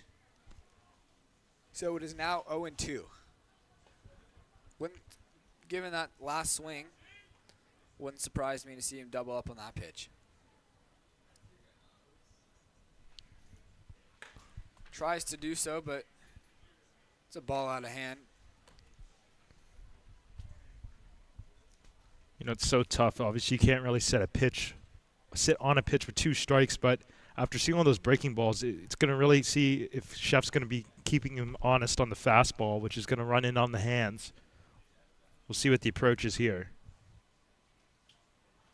Well, it's a breaking ball that he slaps over to first base. Holman bodies it up, so no throw over to second. He just steps on the bag to get Sheff. Now batting for the Oaks, second baseman, number 7, Kai A chance for Kai Carranzo to give the Oaks the lead. George Baker at second, 2 outs in the bottom of this 6th inning. Game is tied at 3 after the Forresters scored 2 in the top half to tie it. Let's stay hot, Kai. Already a hit in this one. So go along with the way that he's been swinging it lately. Coronto scored that third and final run of the second inning for the Oaks.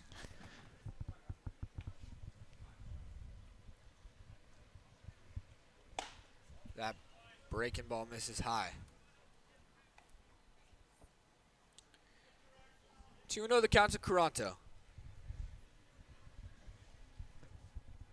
Alon Camarillo waits on deck.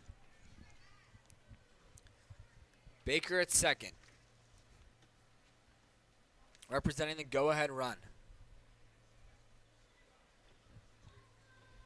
That one's outside, gets to the backstop. Baker will jog into third. And the Oaks now have the go-ahead run in scoring position. I'm sorry, 90 feet away. He's already in scoring position, of course. Go-ahead run just 90 feet away. I wouldn't be surprised if this is an auto take right here. 3-0. Camarillo on deck.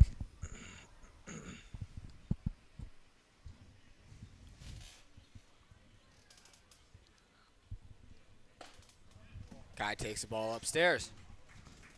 4-pitch walk to Coronto. And that gives Alon Camarillo a chance with runners at the corners and 2 out. Well, after the 4-pitch walk, I wouldn't be surprised if, Ramos wants to just fire a fastball pretty much right in there. And we know Alon Camarillo really aggressive on the first pitch, so it's going to be interesting to see how they approach him. As we get deeper in the summer, teams learning about the tendencies of each other's players and keeping them in mind. I presume this is half scouting report, half just calming the pitcher down, especially after Ramos delivers that walk. I'm sure it's also to do with the first and third situation. Mm-hmm. Just to discuss the defense there. Did look like the pitching coach was having a conversation with the entire infield. And if Coronto runs here, I wouldn't be surprised if Taman just eats it, especially in the situation we're at, a tie game. 3-3 here in the 6th, where there's really not a lot of room for error on either side. Both teams playing pretty well. So stay tuned. Coronto, good speed over there at first. Has stolen just one bag. There's a breaking ball that Camarillo is able to lay off of. You could see Lon, obviously a good eye there, but he was ready to swing. Got the hips engaged. A very active take, and that's what you love to see. No pitches off. Alon is 0 for 2 today. He swings through that pitch.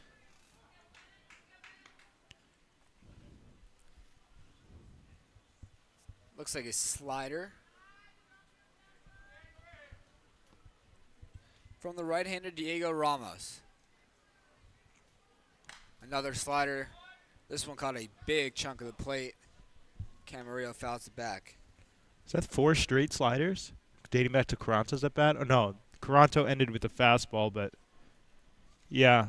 Kind of an interesting approach. Maybe they know more about Alon than we do, or maybe that's just his most comfortable pitch as far as command. He throws it again, and just tipping it and staying alive is Camarillo.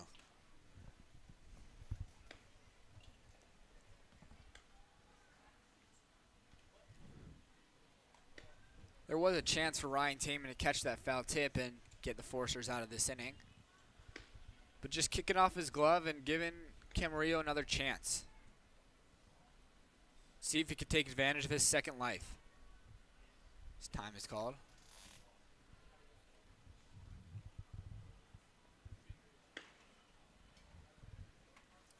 The Oaks still haven't sent Coronto with runners at the corners. They trust Camarillo at the plate, who spoils another breaking ball.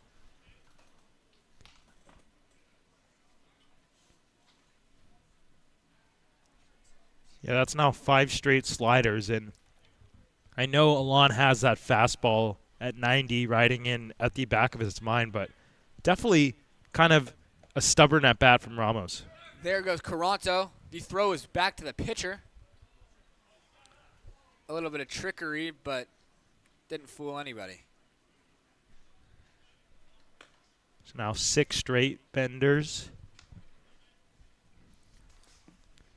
Camarillo's seen 6 pitches this at bat, all sliders.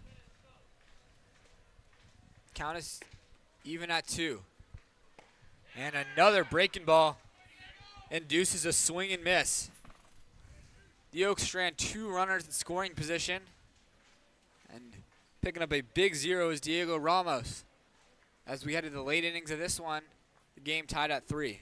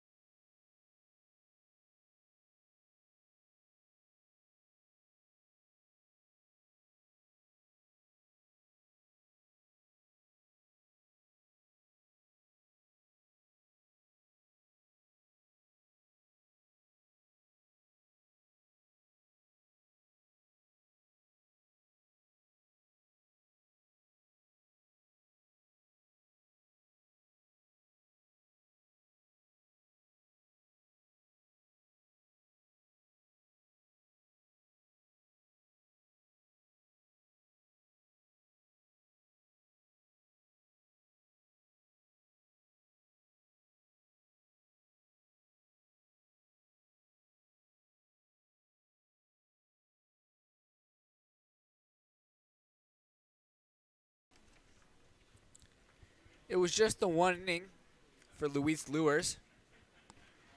He gives up the 2 runs and was replaced in this one by Reagan Gale, the right-hander, making his 9th appearance, tying Daniel Orozco for the team lead. Only 7 1/3 innings pitched in those 8 prior outings for Reagan, so expect just the 1 inning for Gale. He was allowed 6 earned runs and 7 1/3, but we do know 4 of those came in just 1 appearance, where you went 1/3 of an inning down in Pasadena, allowing 4 runs in the 9th. Other than that, he's pitched 7 innings, just 2 earned runs allowed. Again, we want to apologize about the scoreboard changing in between innings. We just fixed that. Still 3-3 game. Gale has definitely emerged as a high leverage guy for the Oaks. Facing the bottom third of this Forresters lineup, Daniel Patterson leads things off. For Reagan, it's all about just jumping ahead. We know how dominant he can be, but once he gets in a good groove and that starts with first pitch strikes, which he unfortunately doesn't get here, it's a recipe for success. Well, that one's in there for a strike. Banging off the building behind us.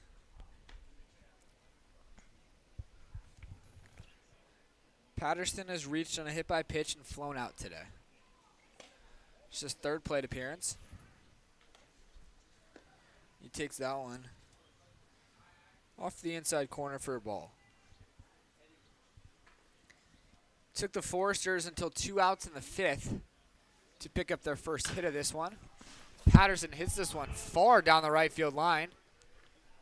It's well foul, but did have home run distance.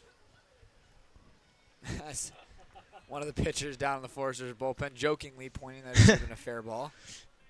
Well, off the bat, I thought it was gone. Clearly, the only question was fair or foul, but strike 2. Wind just carries these balls down in that right field corner, drifting away from the right fielders.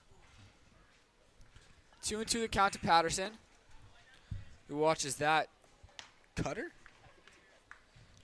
miss for a ball.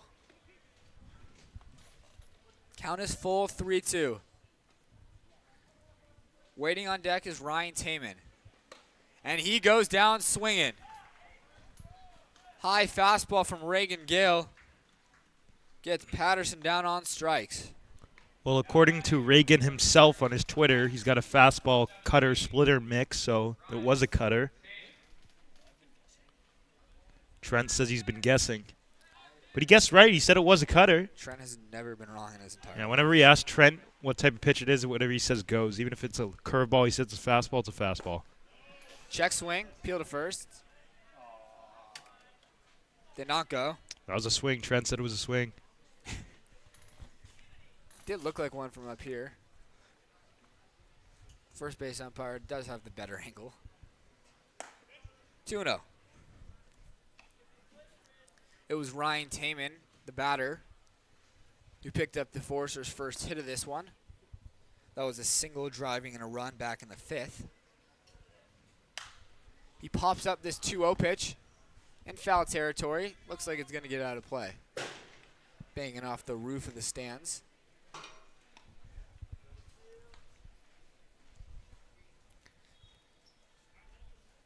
Charlie Decker's begun to stretch down in the Oaks bullpen. Looks like he'll be the pitcher to be used after Reagan Gale. We saw Chuck toss an inning on Sunday, I believe, against the Riptide. Scoreless frame, like usual. Back-to-back games potentially for Charlie to appear. Is that the first time this has happened this season? Well, clearly Decker, another one of those high-leverage guys. Gale loses Taman and walks him. Taman's now on for the second time in 3 plate appearances today. What brings up the 9-hole, Jackson Freeman.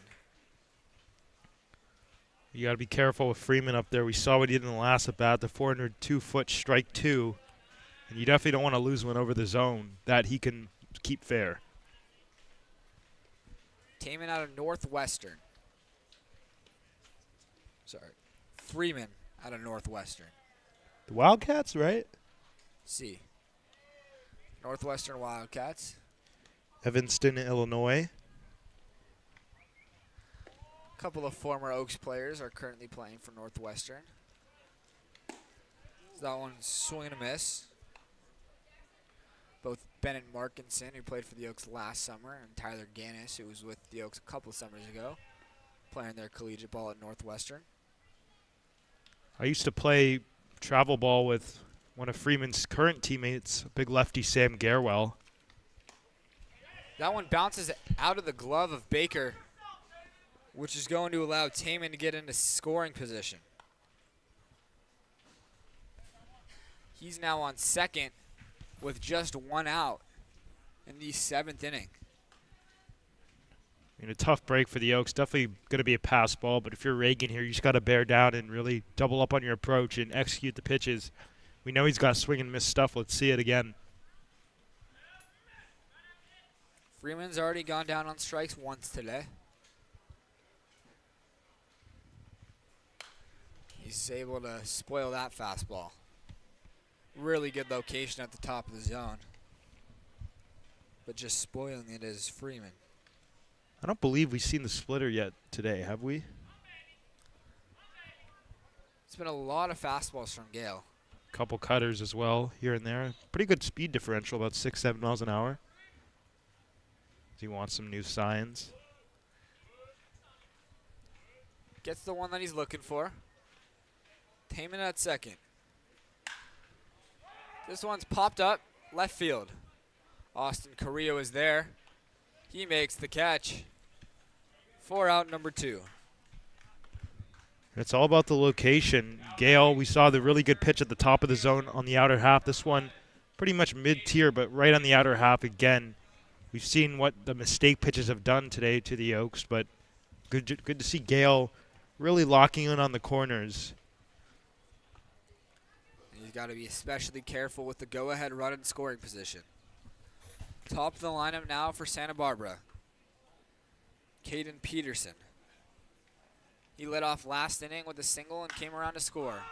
Pops up the first pitch. Kai Caranto is there right behind second base. He makes the catch. And Reagan Gale is able to pitch a scoreless 7th inning.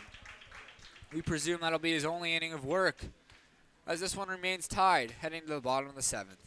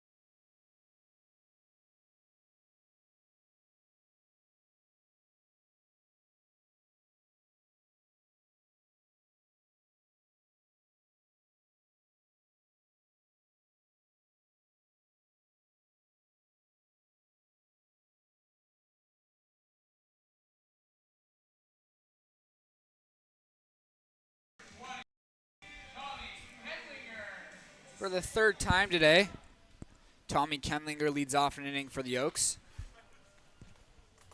1 for 3 in this one with a 2 RBI single in the 2nd inning. A lone inning that the Oaks have scored in this one. Scratching 3 across, jumping out to an early 3-0 lead before the Forresters erase that with a 1 in the 5th and 2 in the 6th. Which is where we stand right here in the bottom of the 7th inning. Oaks out hitting the Forresters 6-3, but just haven't been able to take advantage of their opportunities. Be really refreshing to get a leadoff base runner. That's what we had in the 2nd when the Oaks put up 3. And when they've threatened, they didn't get that leadoff runner. They usually start with an out and then like a walk or a hit. So Tommy's been doing it all year. Let's see him do it here. This one's popped up into center field. Sebring makes the catch for out number 1. Now batting for the Oaks right fielder, number 6. Jack Brooks now. Brooks. Also 1 for 3 in this one. Reached on a bunt single back in the 1st. Has since flown out and grounded out.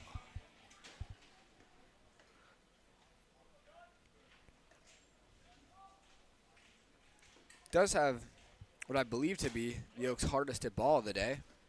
His ground out in the 5th was 94 off the bat. Yeah, I think so too. I believe he hit one like over 105 in the last game on Sunday, correct? It was 100, yeah. He had a 99-mile-an-hour triple into right Oh, that's center. right. And then he had one right up the middle for 100. Yep. Jack was very pleased to hear those numbers after the game. More so pleased with the Oaks picking up the win. Of course, very team-oriented guy. As he gets jammed on this one, coming in as the shortstop, Pompey, and nearly running into Patterson.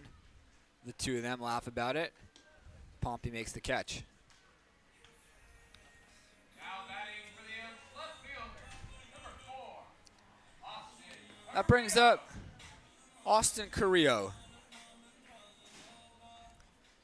who's 1 for 3 in this one. Hit a 2-out double back in the 5th, but was then stranded on second base.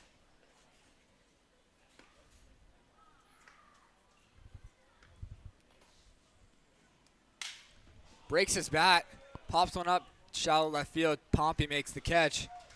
A very quick 1-2-3 7th inning for Tyzer Radnick. As we head to the 8th, game still tied at 3.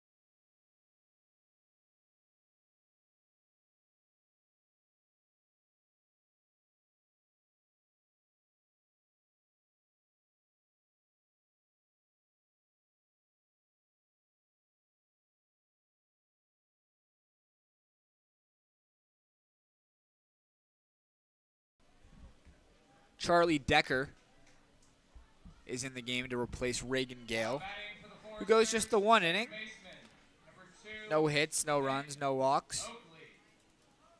no strikeouts, a 1 walk.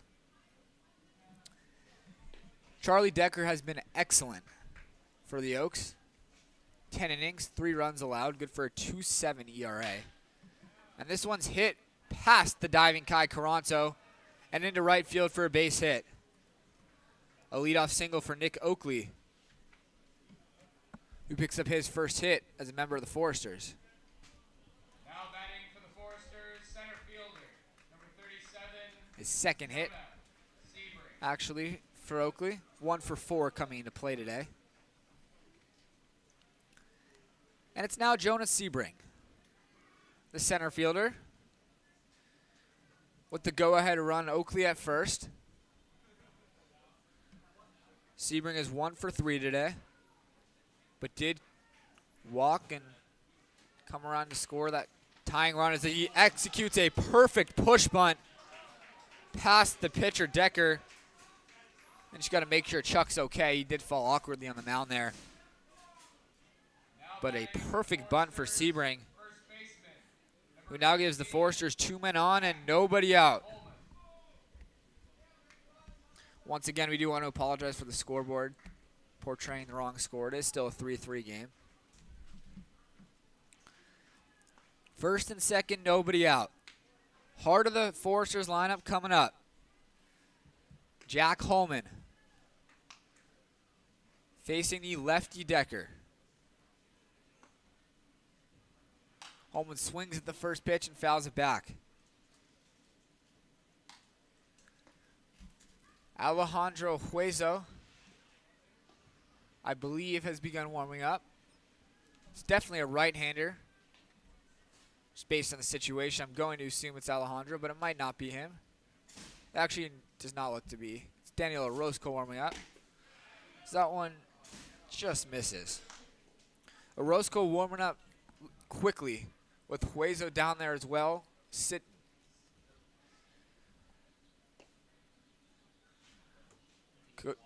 Coach Solis really takes these games seriously as we get later into the CCL season. Wants to win them quite badly. This one's popped up. Foul territory towards the Oaks on deck circle. It's a long run for Baker, and the ball kicks off of his glove. Holman gets a second life.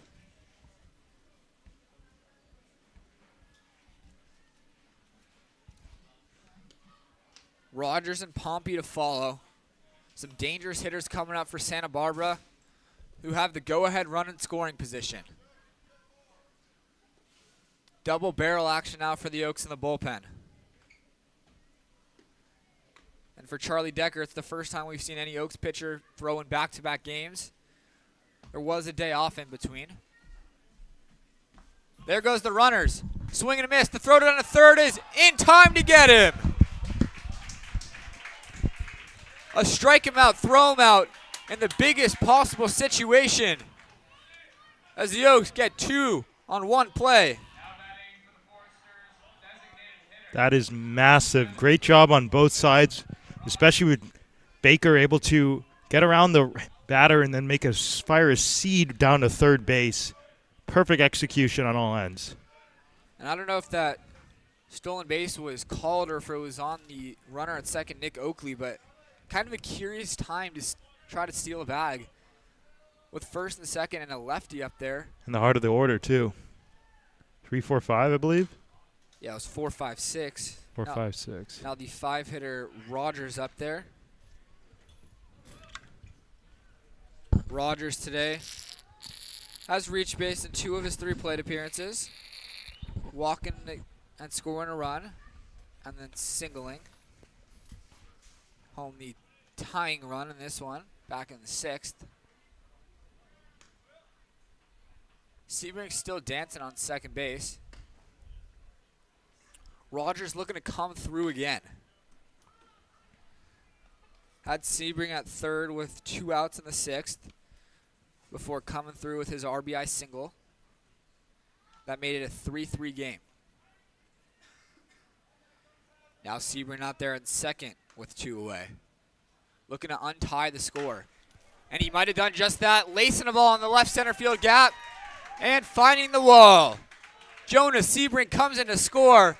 Will Rogers comes through again. Rare mislocation from Charlie Decker. We talked about it all day. The other runs for the Forresters on those mislocated pitches. This is a fastball right down the heart of the plate, and 104 off the bat of Will Rogers, who has the gap. No doubt about that. One of the hardest hit balls we've seen all season. And gives the Forresters a 4-3 lead. Still a chance for more here. Rogers at second. 2 outs for TJ Pompey. Pompey is 0 for 3 in this one. Couple of strikeouts. He takes a breaking ball that misses downstairs. 4 unanswered run for the Forresters since the Oaks 3 spot in the 2nd inning. Santa Barbara all of a sudden 6 defensive outs away from a victory. looking to keep this a one-run game is Charlie Decker. With Rogers at second and 2 away. The count is even up at 1 on Pompey.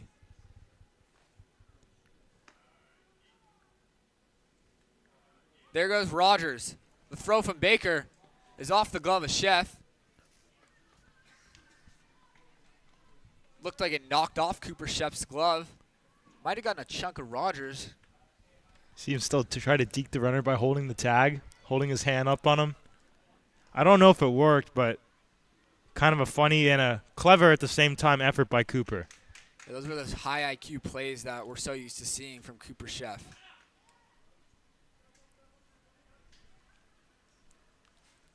Rogers 90 feet away. That breaking ball catches the zone. 2-2.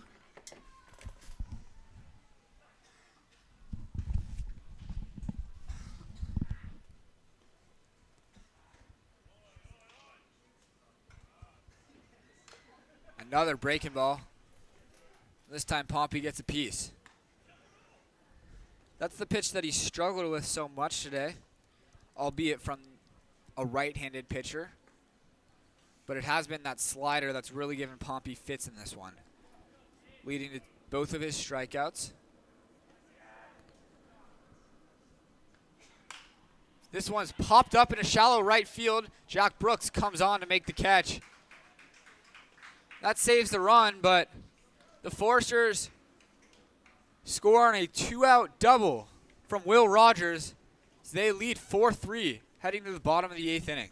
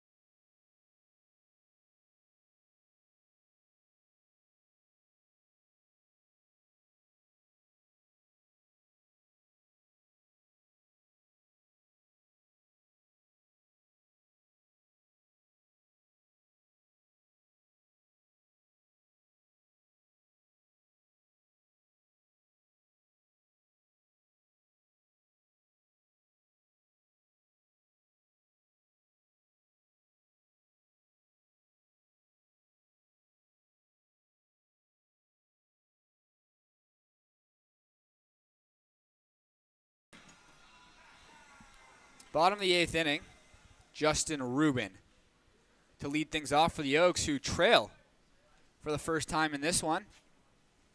4-3 is the score. 4 unanswered runs for the Forresters. 1 in the 5th, 2 in the 6th, 1 in the 8th to take the lead. Oaks need to fight back in this one. Heart of the lineup, Rubin, Leahy, Baker.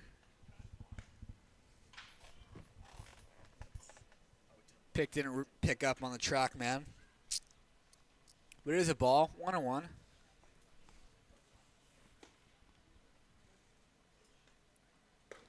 So that one's inside.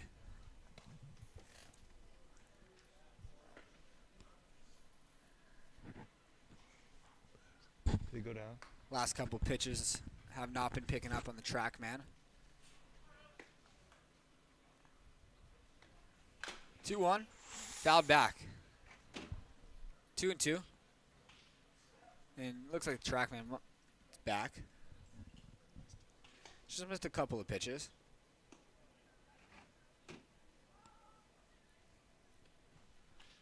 Two and two the count to Justin Rubin. 1 for 3 in this one with a single.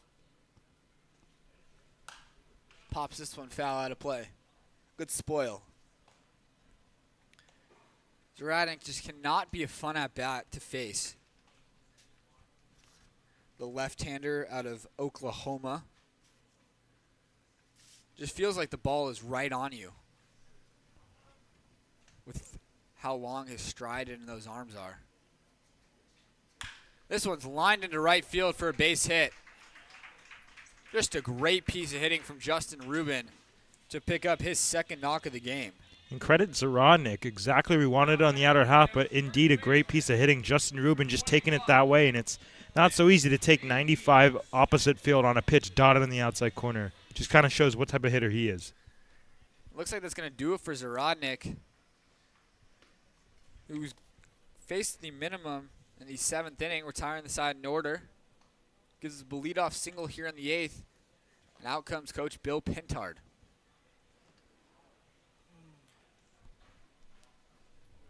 Not taking the ball immediately from Ty. Just looking like they're having a quick conversation. I don't believe he's going to come out of this game, just based on what the bullpen looks like currently. Although there isn't a reliever ready and waiting, but I think that this is most likely going to just be a coach. Does look like they pulled him. Oh. I guess I stand corrected. Zaradnik, with his .9 ERA, exits. And I believe that is Ty Baker. Can't see a number yet, but we saw Baker the other day shut down the Oaks offense, and I do believe that's him. But we'll let you know on the other side of this break.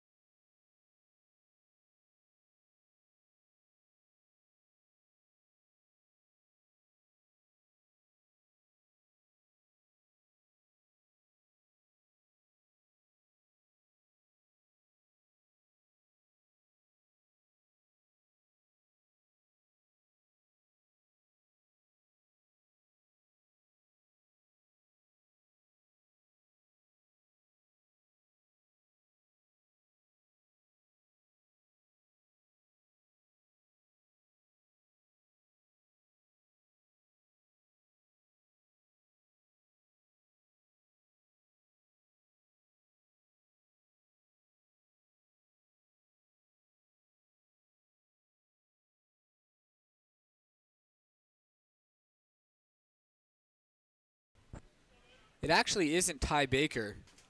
It is Will Rogers. The DH today for Santa Barbara comes into the game to make a big appearance on the mound in a 1-run game in the 7th inning, 8th inning. Rogers has only given up 1 run in 8 1/3 innings, and he does seem to always be warming in these high leverage spots. Fires a fastball outside. Facing Nick Leahy. who's reached on an error in this one, was hit by a pitch that he came around to score. Rogers falls behind 2-0. Nick had a big game against the Riptide on Sunday. He had 2 extra base hits, a double and a triple, I believe, going into after the 6th inning, and a couple ribbies too. So stay hot, Nick. Fouls that one back.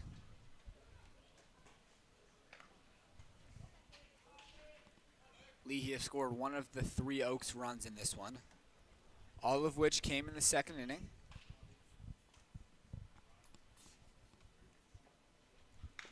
He fouls this one off the catcher, Taman. Home plate umpire is going to head out to the mound to give Taman some time, but the catcher lets him know that he's all good.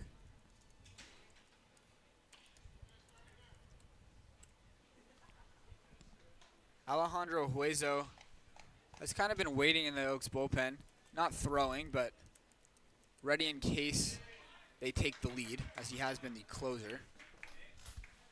Excellent take on that breaking ball from Leahy to work the count full.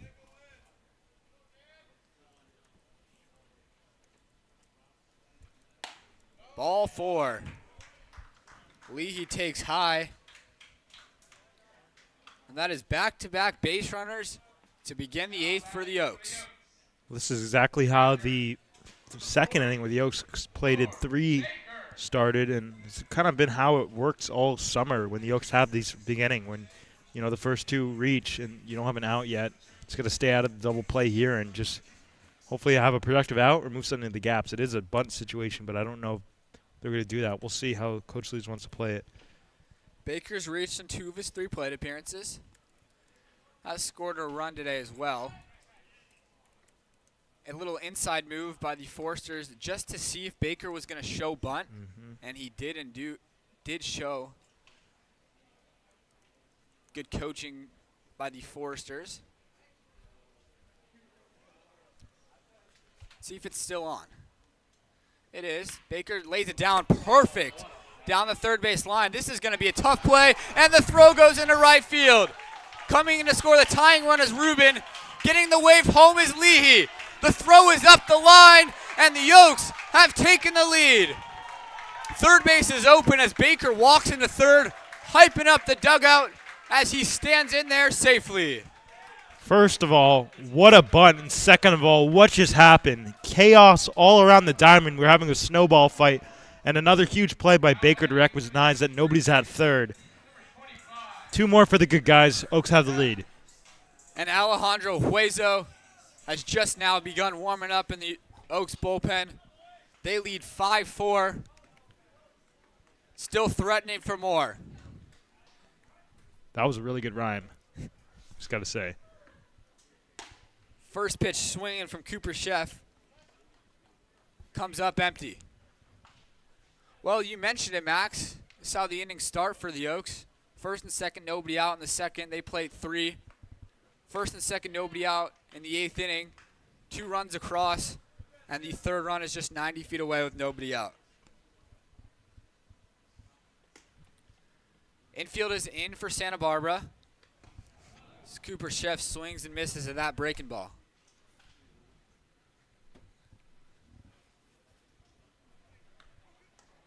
A 1-2 count here. Cooper's going to look for anything up in the zone that he can elevate. But he goes down swinging. Rogers turns up the heat on that pitch. Chef goes down on strikes for the 2nd time today. And every insurance run is so important. Especially against a team of this caliber. Kai Carranzo. Rogers up to 93 with that fastball.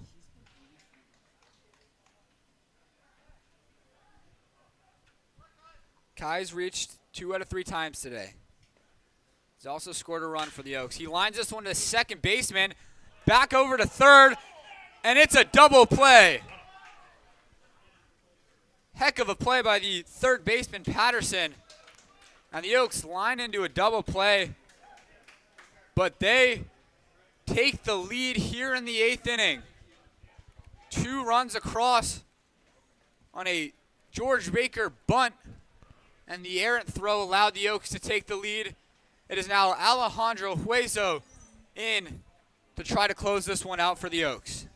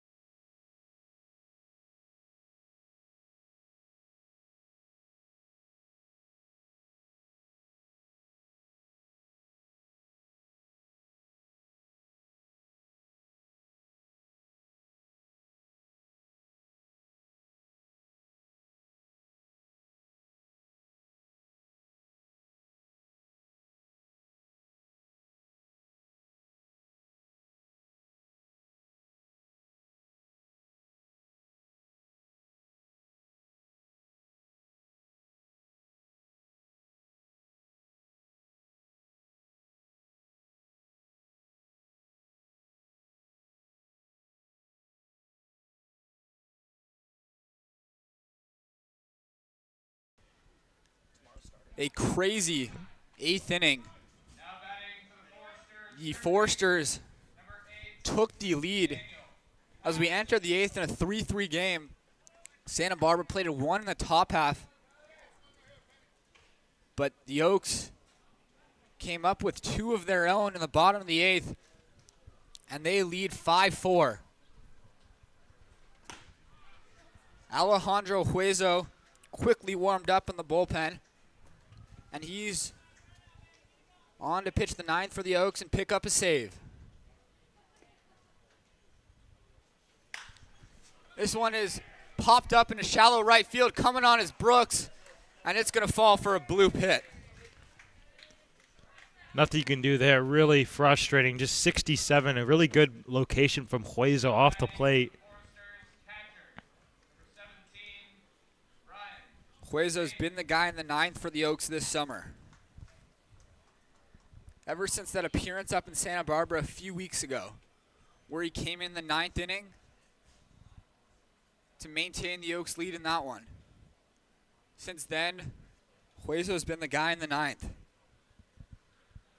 He does allow a leadoff single here, and the tying run reaches. It's Ryan Taman at the plate. He's 1 for 2 with an RBI single. Has walked as well. Patterson's got good speed over there at first base. Showing bunt early now is Taman. Creeping up on the grass is Cooper Chef. It's a very long show. Going to second is Patterson. The throw goes into center field. Getting up and heading to third. The throw from Kenlinger is offline. And the Forresters have the tying run 90 feet away.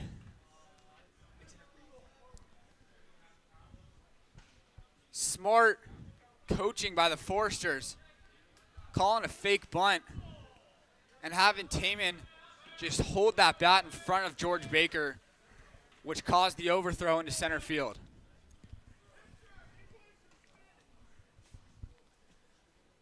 Oh, a huge opportunity for Santa Barbara to tie it. Patterson at third, nobody out. This one's outside. Infield is in for the Oaks. Corners in, middle infield is halfway.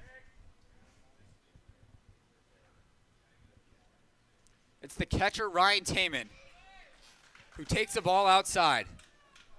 3-1. Well, Taman had that big hit, the first hit off Cole Fisher. You don't want to lay one in here, but you definitely don't want to walk him. Huezo's 3-1 is in the dirt. Ball 4. Runners at the corners, nobody out. Here in the top of the 9th inning.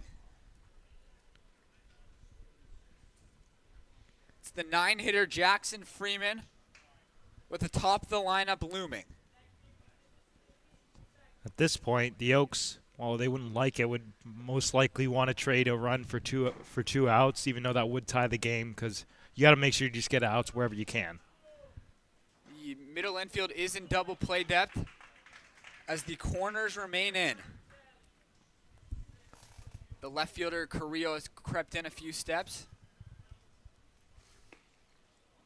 Freeman is 0 for 3 today.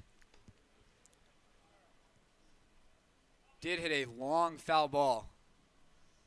That was just, had the distance, but a few feet foul. As he pops this one up, foul territory towards the Oaks dugout. It's a long run for Cooper Chef, and George Baker makes an unbelievable catch. Wow. Cooper Chef overran that with the backspin on the ball, and Baker thought he had it, and that was one of the most remarkable clutch catches I've ever seen. I have no idea how George Baker made that play. Just stuck out his glove, and the ball stuck. Out comes Coach Dave Solis. I'm sure this is a scouting report, but now the Oaks, clearly they're one pitch away, but that had the makings of a catastrophe. Can't really see it on the stream, unfortunately. But believe us when we tell you that George Baker made an outstanding catch.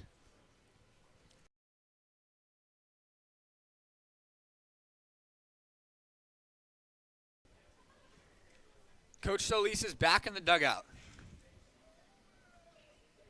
Forresters have runners at the corners. Now out comes Coach Bill Pintard. The Forresters are going to have a meeting of their own. This will take place behind home plate. I'm sure both sides are discussing the strategy here with the runners at the corners. Well, I don't think there's any way that Baker throws down a second on a stolen base attempt. What I could imagine that this being about is they want them to get him to a rundown, potentially, and try to enforce that. And then obviously the Oaks, if there's literally a runner between first and second standing there, you kind of have to at least go over there, and then we'll see how that reacts.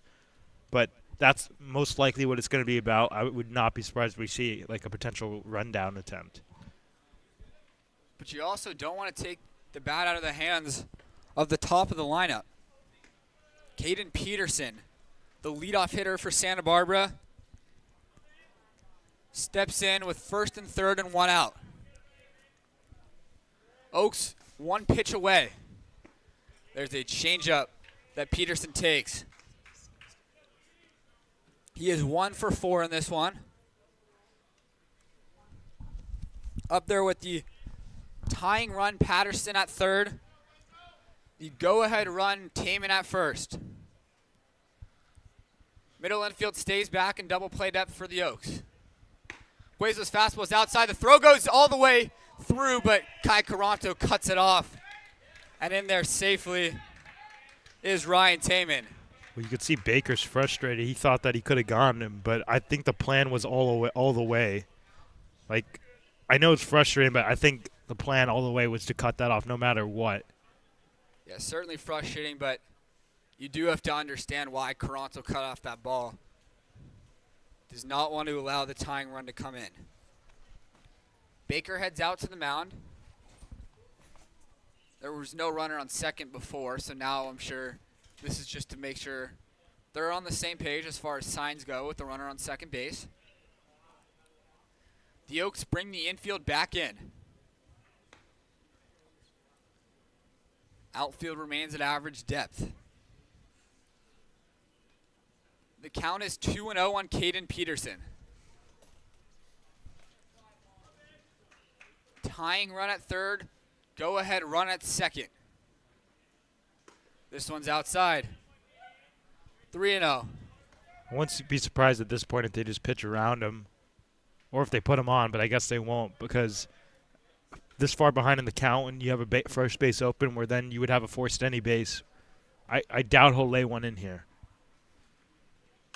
He does, and getting the green light is Peterson, who just fouls it back. It was a good location, though. Credit Huezo. Trying to make a pitcher's pitch, and he did, right in the corner. But Peterson also understanding that you can just kind of flare the arms out with the infield in, easy for a blue pit opportunity, too.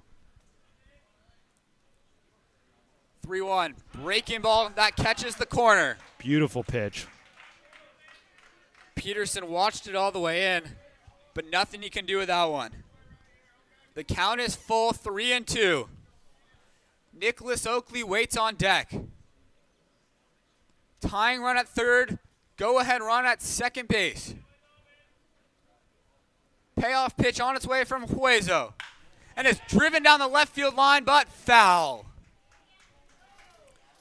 Well foul into the Oaks bullpen. But 98 off the bat definitely scared some people here.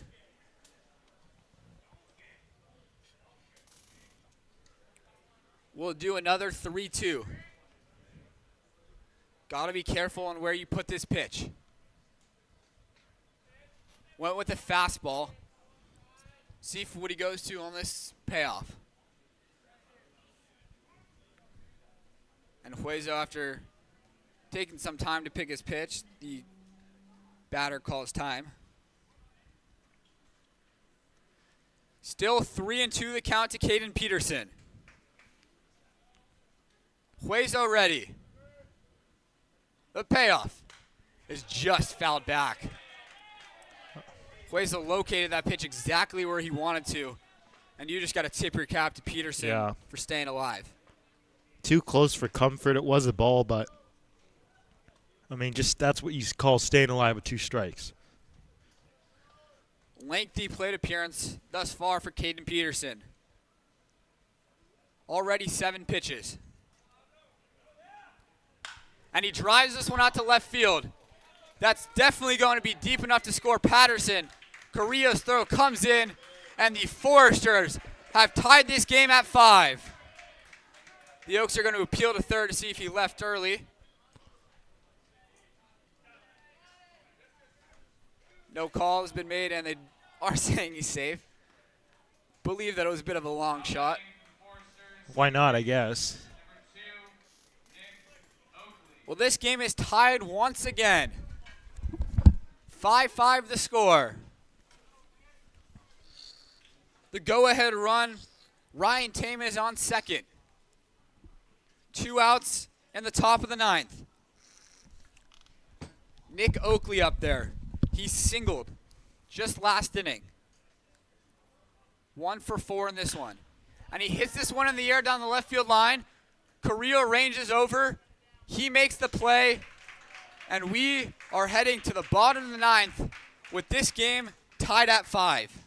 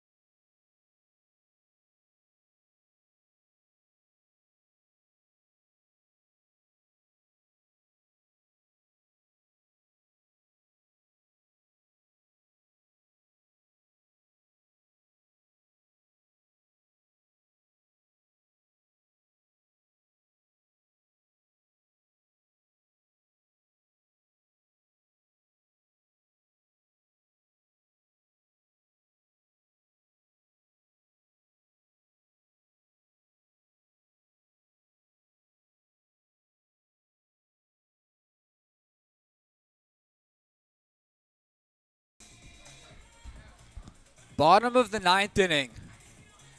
Game is tied at 5. It's been a roller coaster of a ball game thus far. The Oaks plated 3 in the 2nd inning, jumped out to a 3-0 lead. Then the Forresters got one back in the 5th before tying it with 2 in the 6th. Then in the 8th, Santa Barbara took their first lead of the game at 4-3 before the Oaks plated 2 runs of their own, both coming on an error after a bunt from George Baker. And then the Forresters tied again in the 9th, which is where we're at right now. The Oaks begin this half of the inning with a pinch hitter. Instead of Alon Camarillo, it's Marcus Galvan. Galvan, a catcher, so we'll see how this shifts the defense. As Marcus steps in against Will Rogers, who pitched the 8th inning, came in after Tyzer Radnick allowed a leadoff walk. Baker followed with a walk of his own, and then allowing that single by Baker before making a couple of big outs, getting a strikeout of Cooper Chef, and having Kai Caranto line out and do a double play. Well, Marcus has been swinging the bat pretty well lately. Hopefully he continues that here. As he swings through that pitch, 91 from Baker, who seems to mix up his speed quite well. 1-2 the count to Marcus. He's just able to get a piece of this one and stay alive. Galvan hitting .273. Is slugging over 400. He fouls back this 1-2 pitch. Rogers turning it up to 93 on that fastball.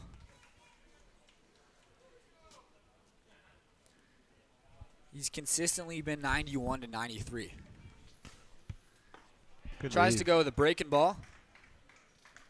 Galvan lays off. Wouldn't be surprised if Marcus gets on here that he gets pitch ran for. Well, he goes down looking. Fastball on the inside corner. And Rogers picks up a strikeout. That's the second batter that Rogers has K'd. And that brings up the top of the lineup in Tommy Kenlinger. Kenlinger is 1 for 4 in this one. Has a 2 RBI single to his name. Rogers fires a strike on the outside corner. Nobody warming up for the Oaks. So it does seem to be Alejandro Hueso getting another inning should Conejo not be able to walk it off here in the 9th. Of course, the Oaks don't even want to have to worry about extras. A run here wins it. Kenlinger's able to lay off the 0-2 pitch in the dirt.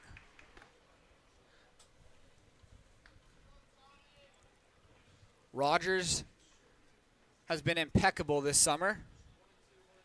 That run he allowed was just the second all season. And he gets Kenlinger swinging. Back-to-back strikeouts to begin the 9th inning from Will Rogers. Credit Rogers, he's really locating his pitch as well.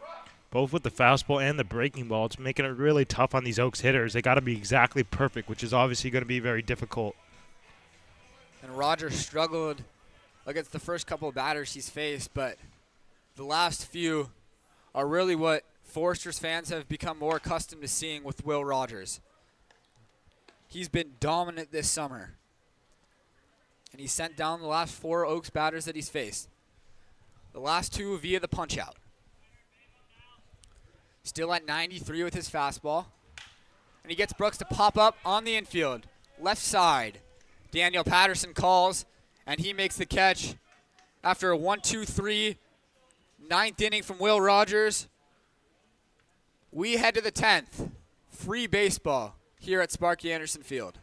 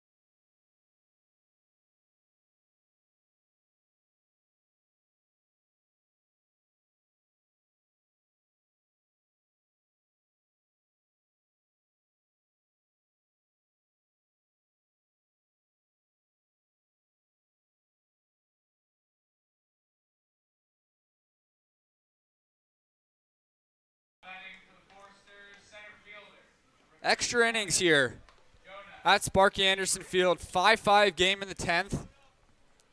We do have the new extra innings rule with starting a runner on second with nobody out.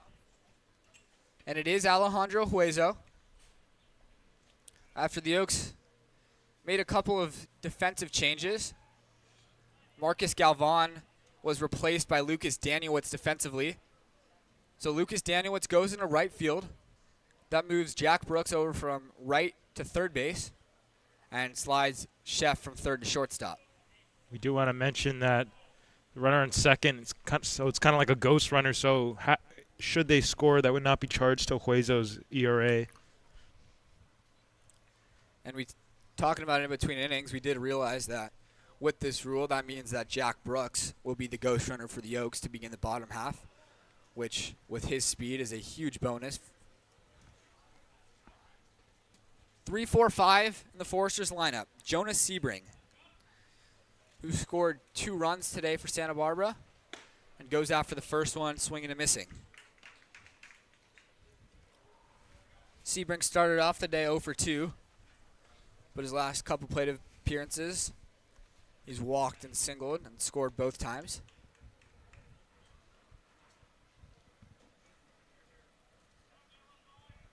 Long hold from Hueso. Sebring shows bunt but pulls back. Pitch misses for a ball. Should the Forresters be able to get a bunt down to the third base line, that would immediately test Jack Brooks at third base, who's playing in a very different position than right field. Sebring swinging away here, and he watches a breaking ball miss outside. First base is open, so you can understand the need to pitch around Sebring, but Jack Holman, who's perhaps the best hitter for Santa Barbara, is waiting on deck.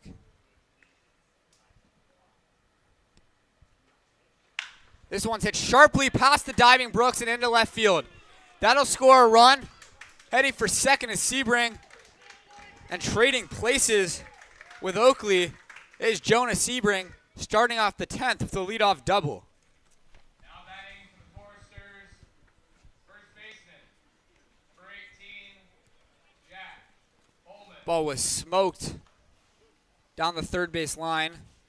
102 off the bat, and of course immediately testing Jack Brooks, moving from right to third base.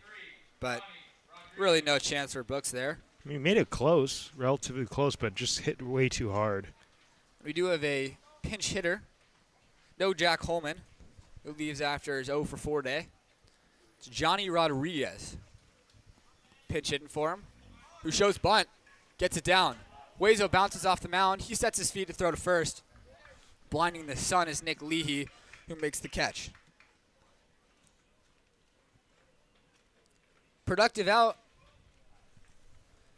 from the pinch hitter, Johnny Rodriguez. Designated hitter, number 7, Will. And now Will Rogers gets to hit for the 5th time today. He's the pitcher for the Forresters right now. Entered the game in the 8th inning. And right now, in line for the win, with the Forresters taking the lead. A chance to help himself out. Rogers with Sebring at third and just 1 out. Had a really good day today so far. Rogers has been hit, singled, and doubled.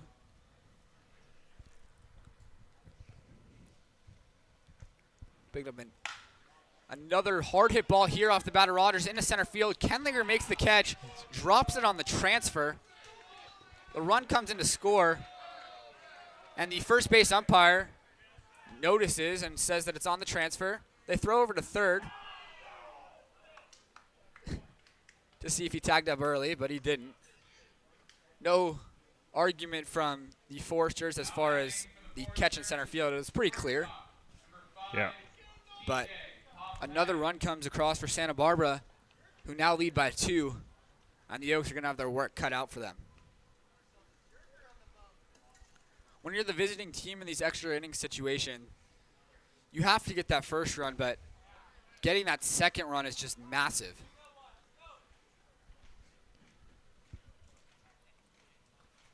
Rogers picks up his second RBI of the day on that sacrifice. TJ Pompey takes a strike. He's had a forgettable day up to this point. 0 for 4. Also made an error at shortstop. The Oaks are going to have to come from behind once again. More than capable of scoring 2 runs in an inning. We've already done so twice in this game alone. This one's driven out to left center field. Going back on it is Carrillo. Still racing back. And it's over the fence and gone. A rare right-handed home run here at Sparky Anderson Field gives the Forresters an 8-5 lead.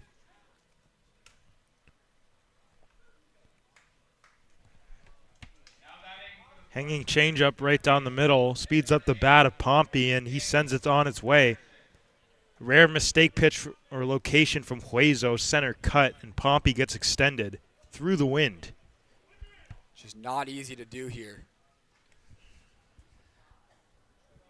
Just shoots that one through the wind. 101 off the bat, 392 feet over the fence in left center. 3 runs home for Santa Barbara, and that's even more huge for them because now the Oaks don't start the inning with the tying run at the plate. Gonna have to work to tie up this game are Conejo. Damon Villa walks down to the bullpen just in case Hueso can't get out of it.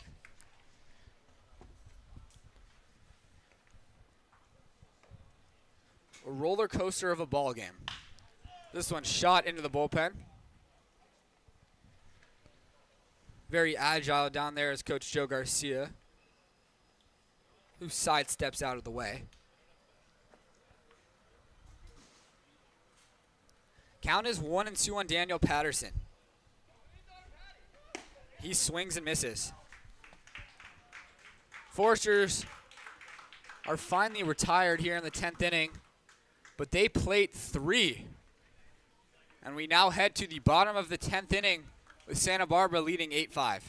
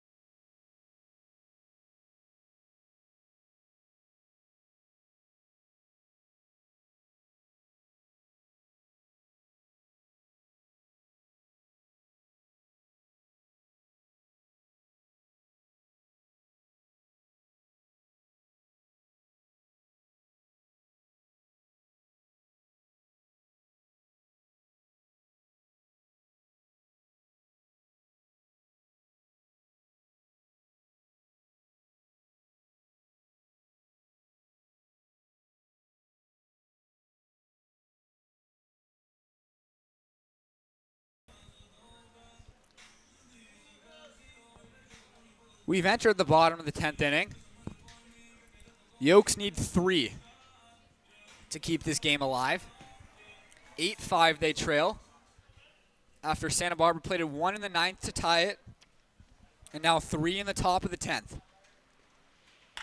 Austin Creo swings at the first one, hitting into right center field, but making the catch is Freeman as Brooks tags into third. It's a good swing by Austin. Hardest hit ball of the day for the Oaks. 95 off the bat. But it's right at the right fielder, Freeman. Rogers has been dominant since coming into this one. After that bunt by George Baker, it's now 6 straight batters that Rogers has retired. That pitch misses outside of Justin Rubin. Rogers having himself quite a day. In line to pick up the win in this one, but he's also driven in a couple runs and been on base 3 times. About as good a day you can have when you're two-weighing. The count is even at 1 on Justin Rubin, who tries to let that one hit him. Makes a little face to the umpire, but doesn't get him. He wanted to wear that one. Good old Justin. Willing to do whatever he can for the team. He pops this one up, fouling out of play. Rubin today is 2 for 4. Picking up a couple singles. Extending his batting average even higher than the 380 clip it was coming into play today. He watches that breaking ball miss in the dirt.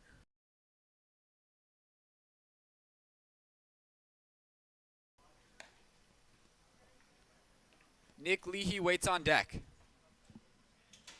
Should Rubin reach, Leahy would represent the tying run.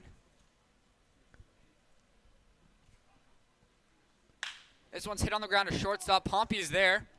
He fields cleanly and fires just in time to get Justin Rubin. As we talked about earlier. Yep, the 90s.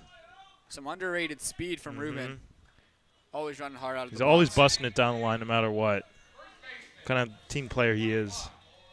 He picks up an RBI, but as Max mentioned earlier, that run will not be charged to Will Rogers. It's an unearned run. Forresters 1 out away. 8-6 they lead. Nick Leahy, the last chance for the Oaks.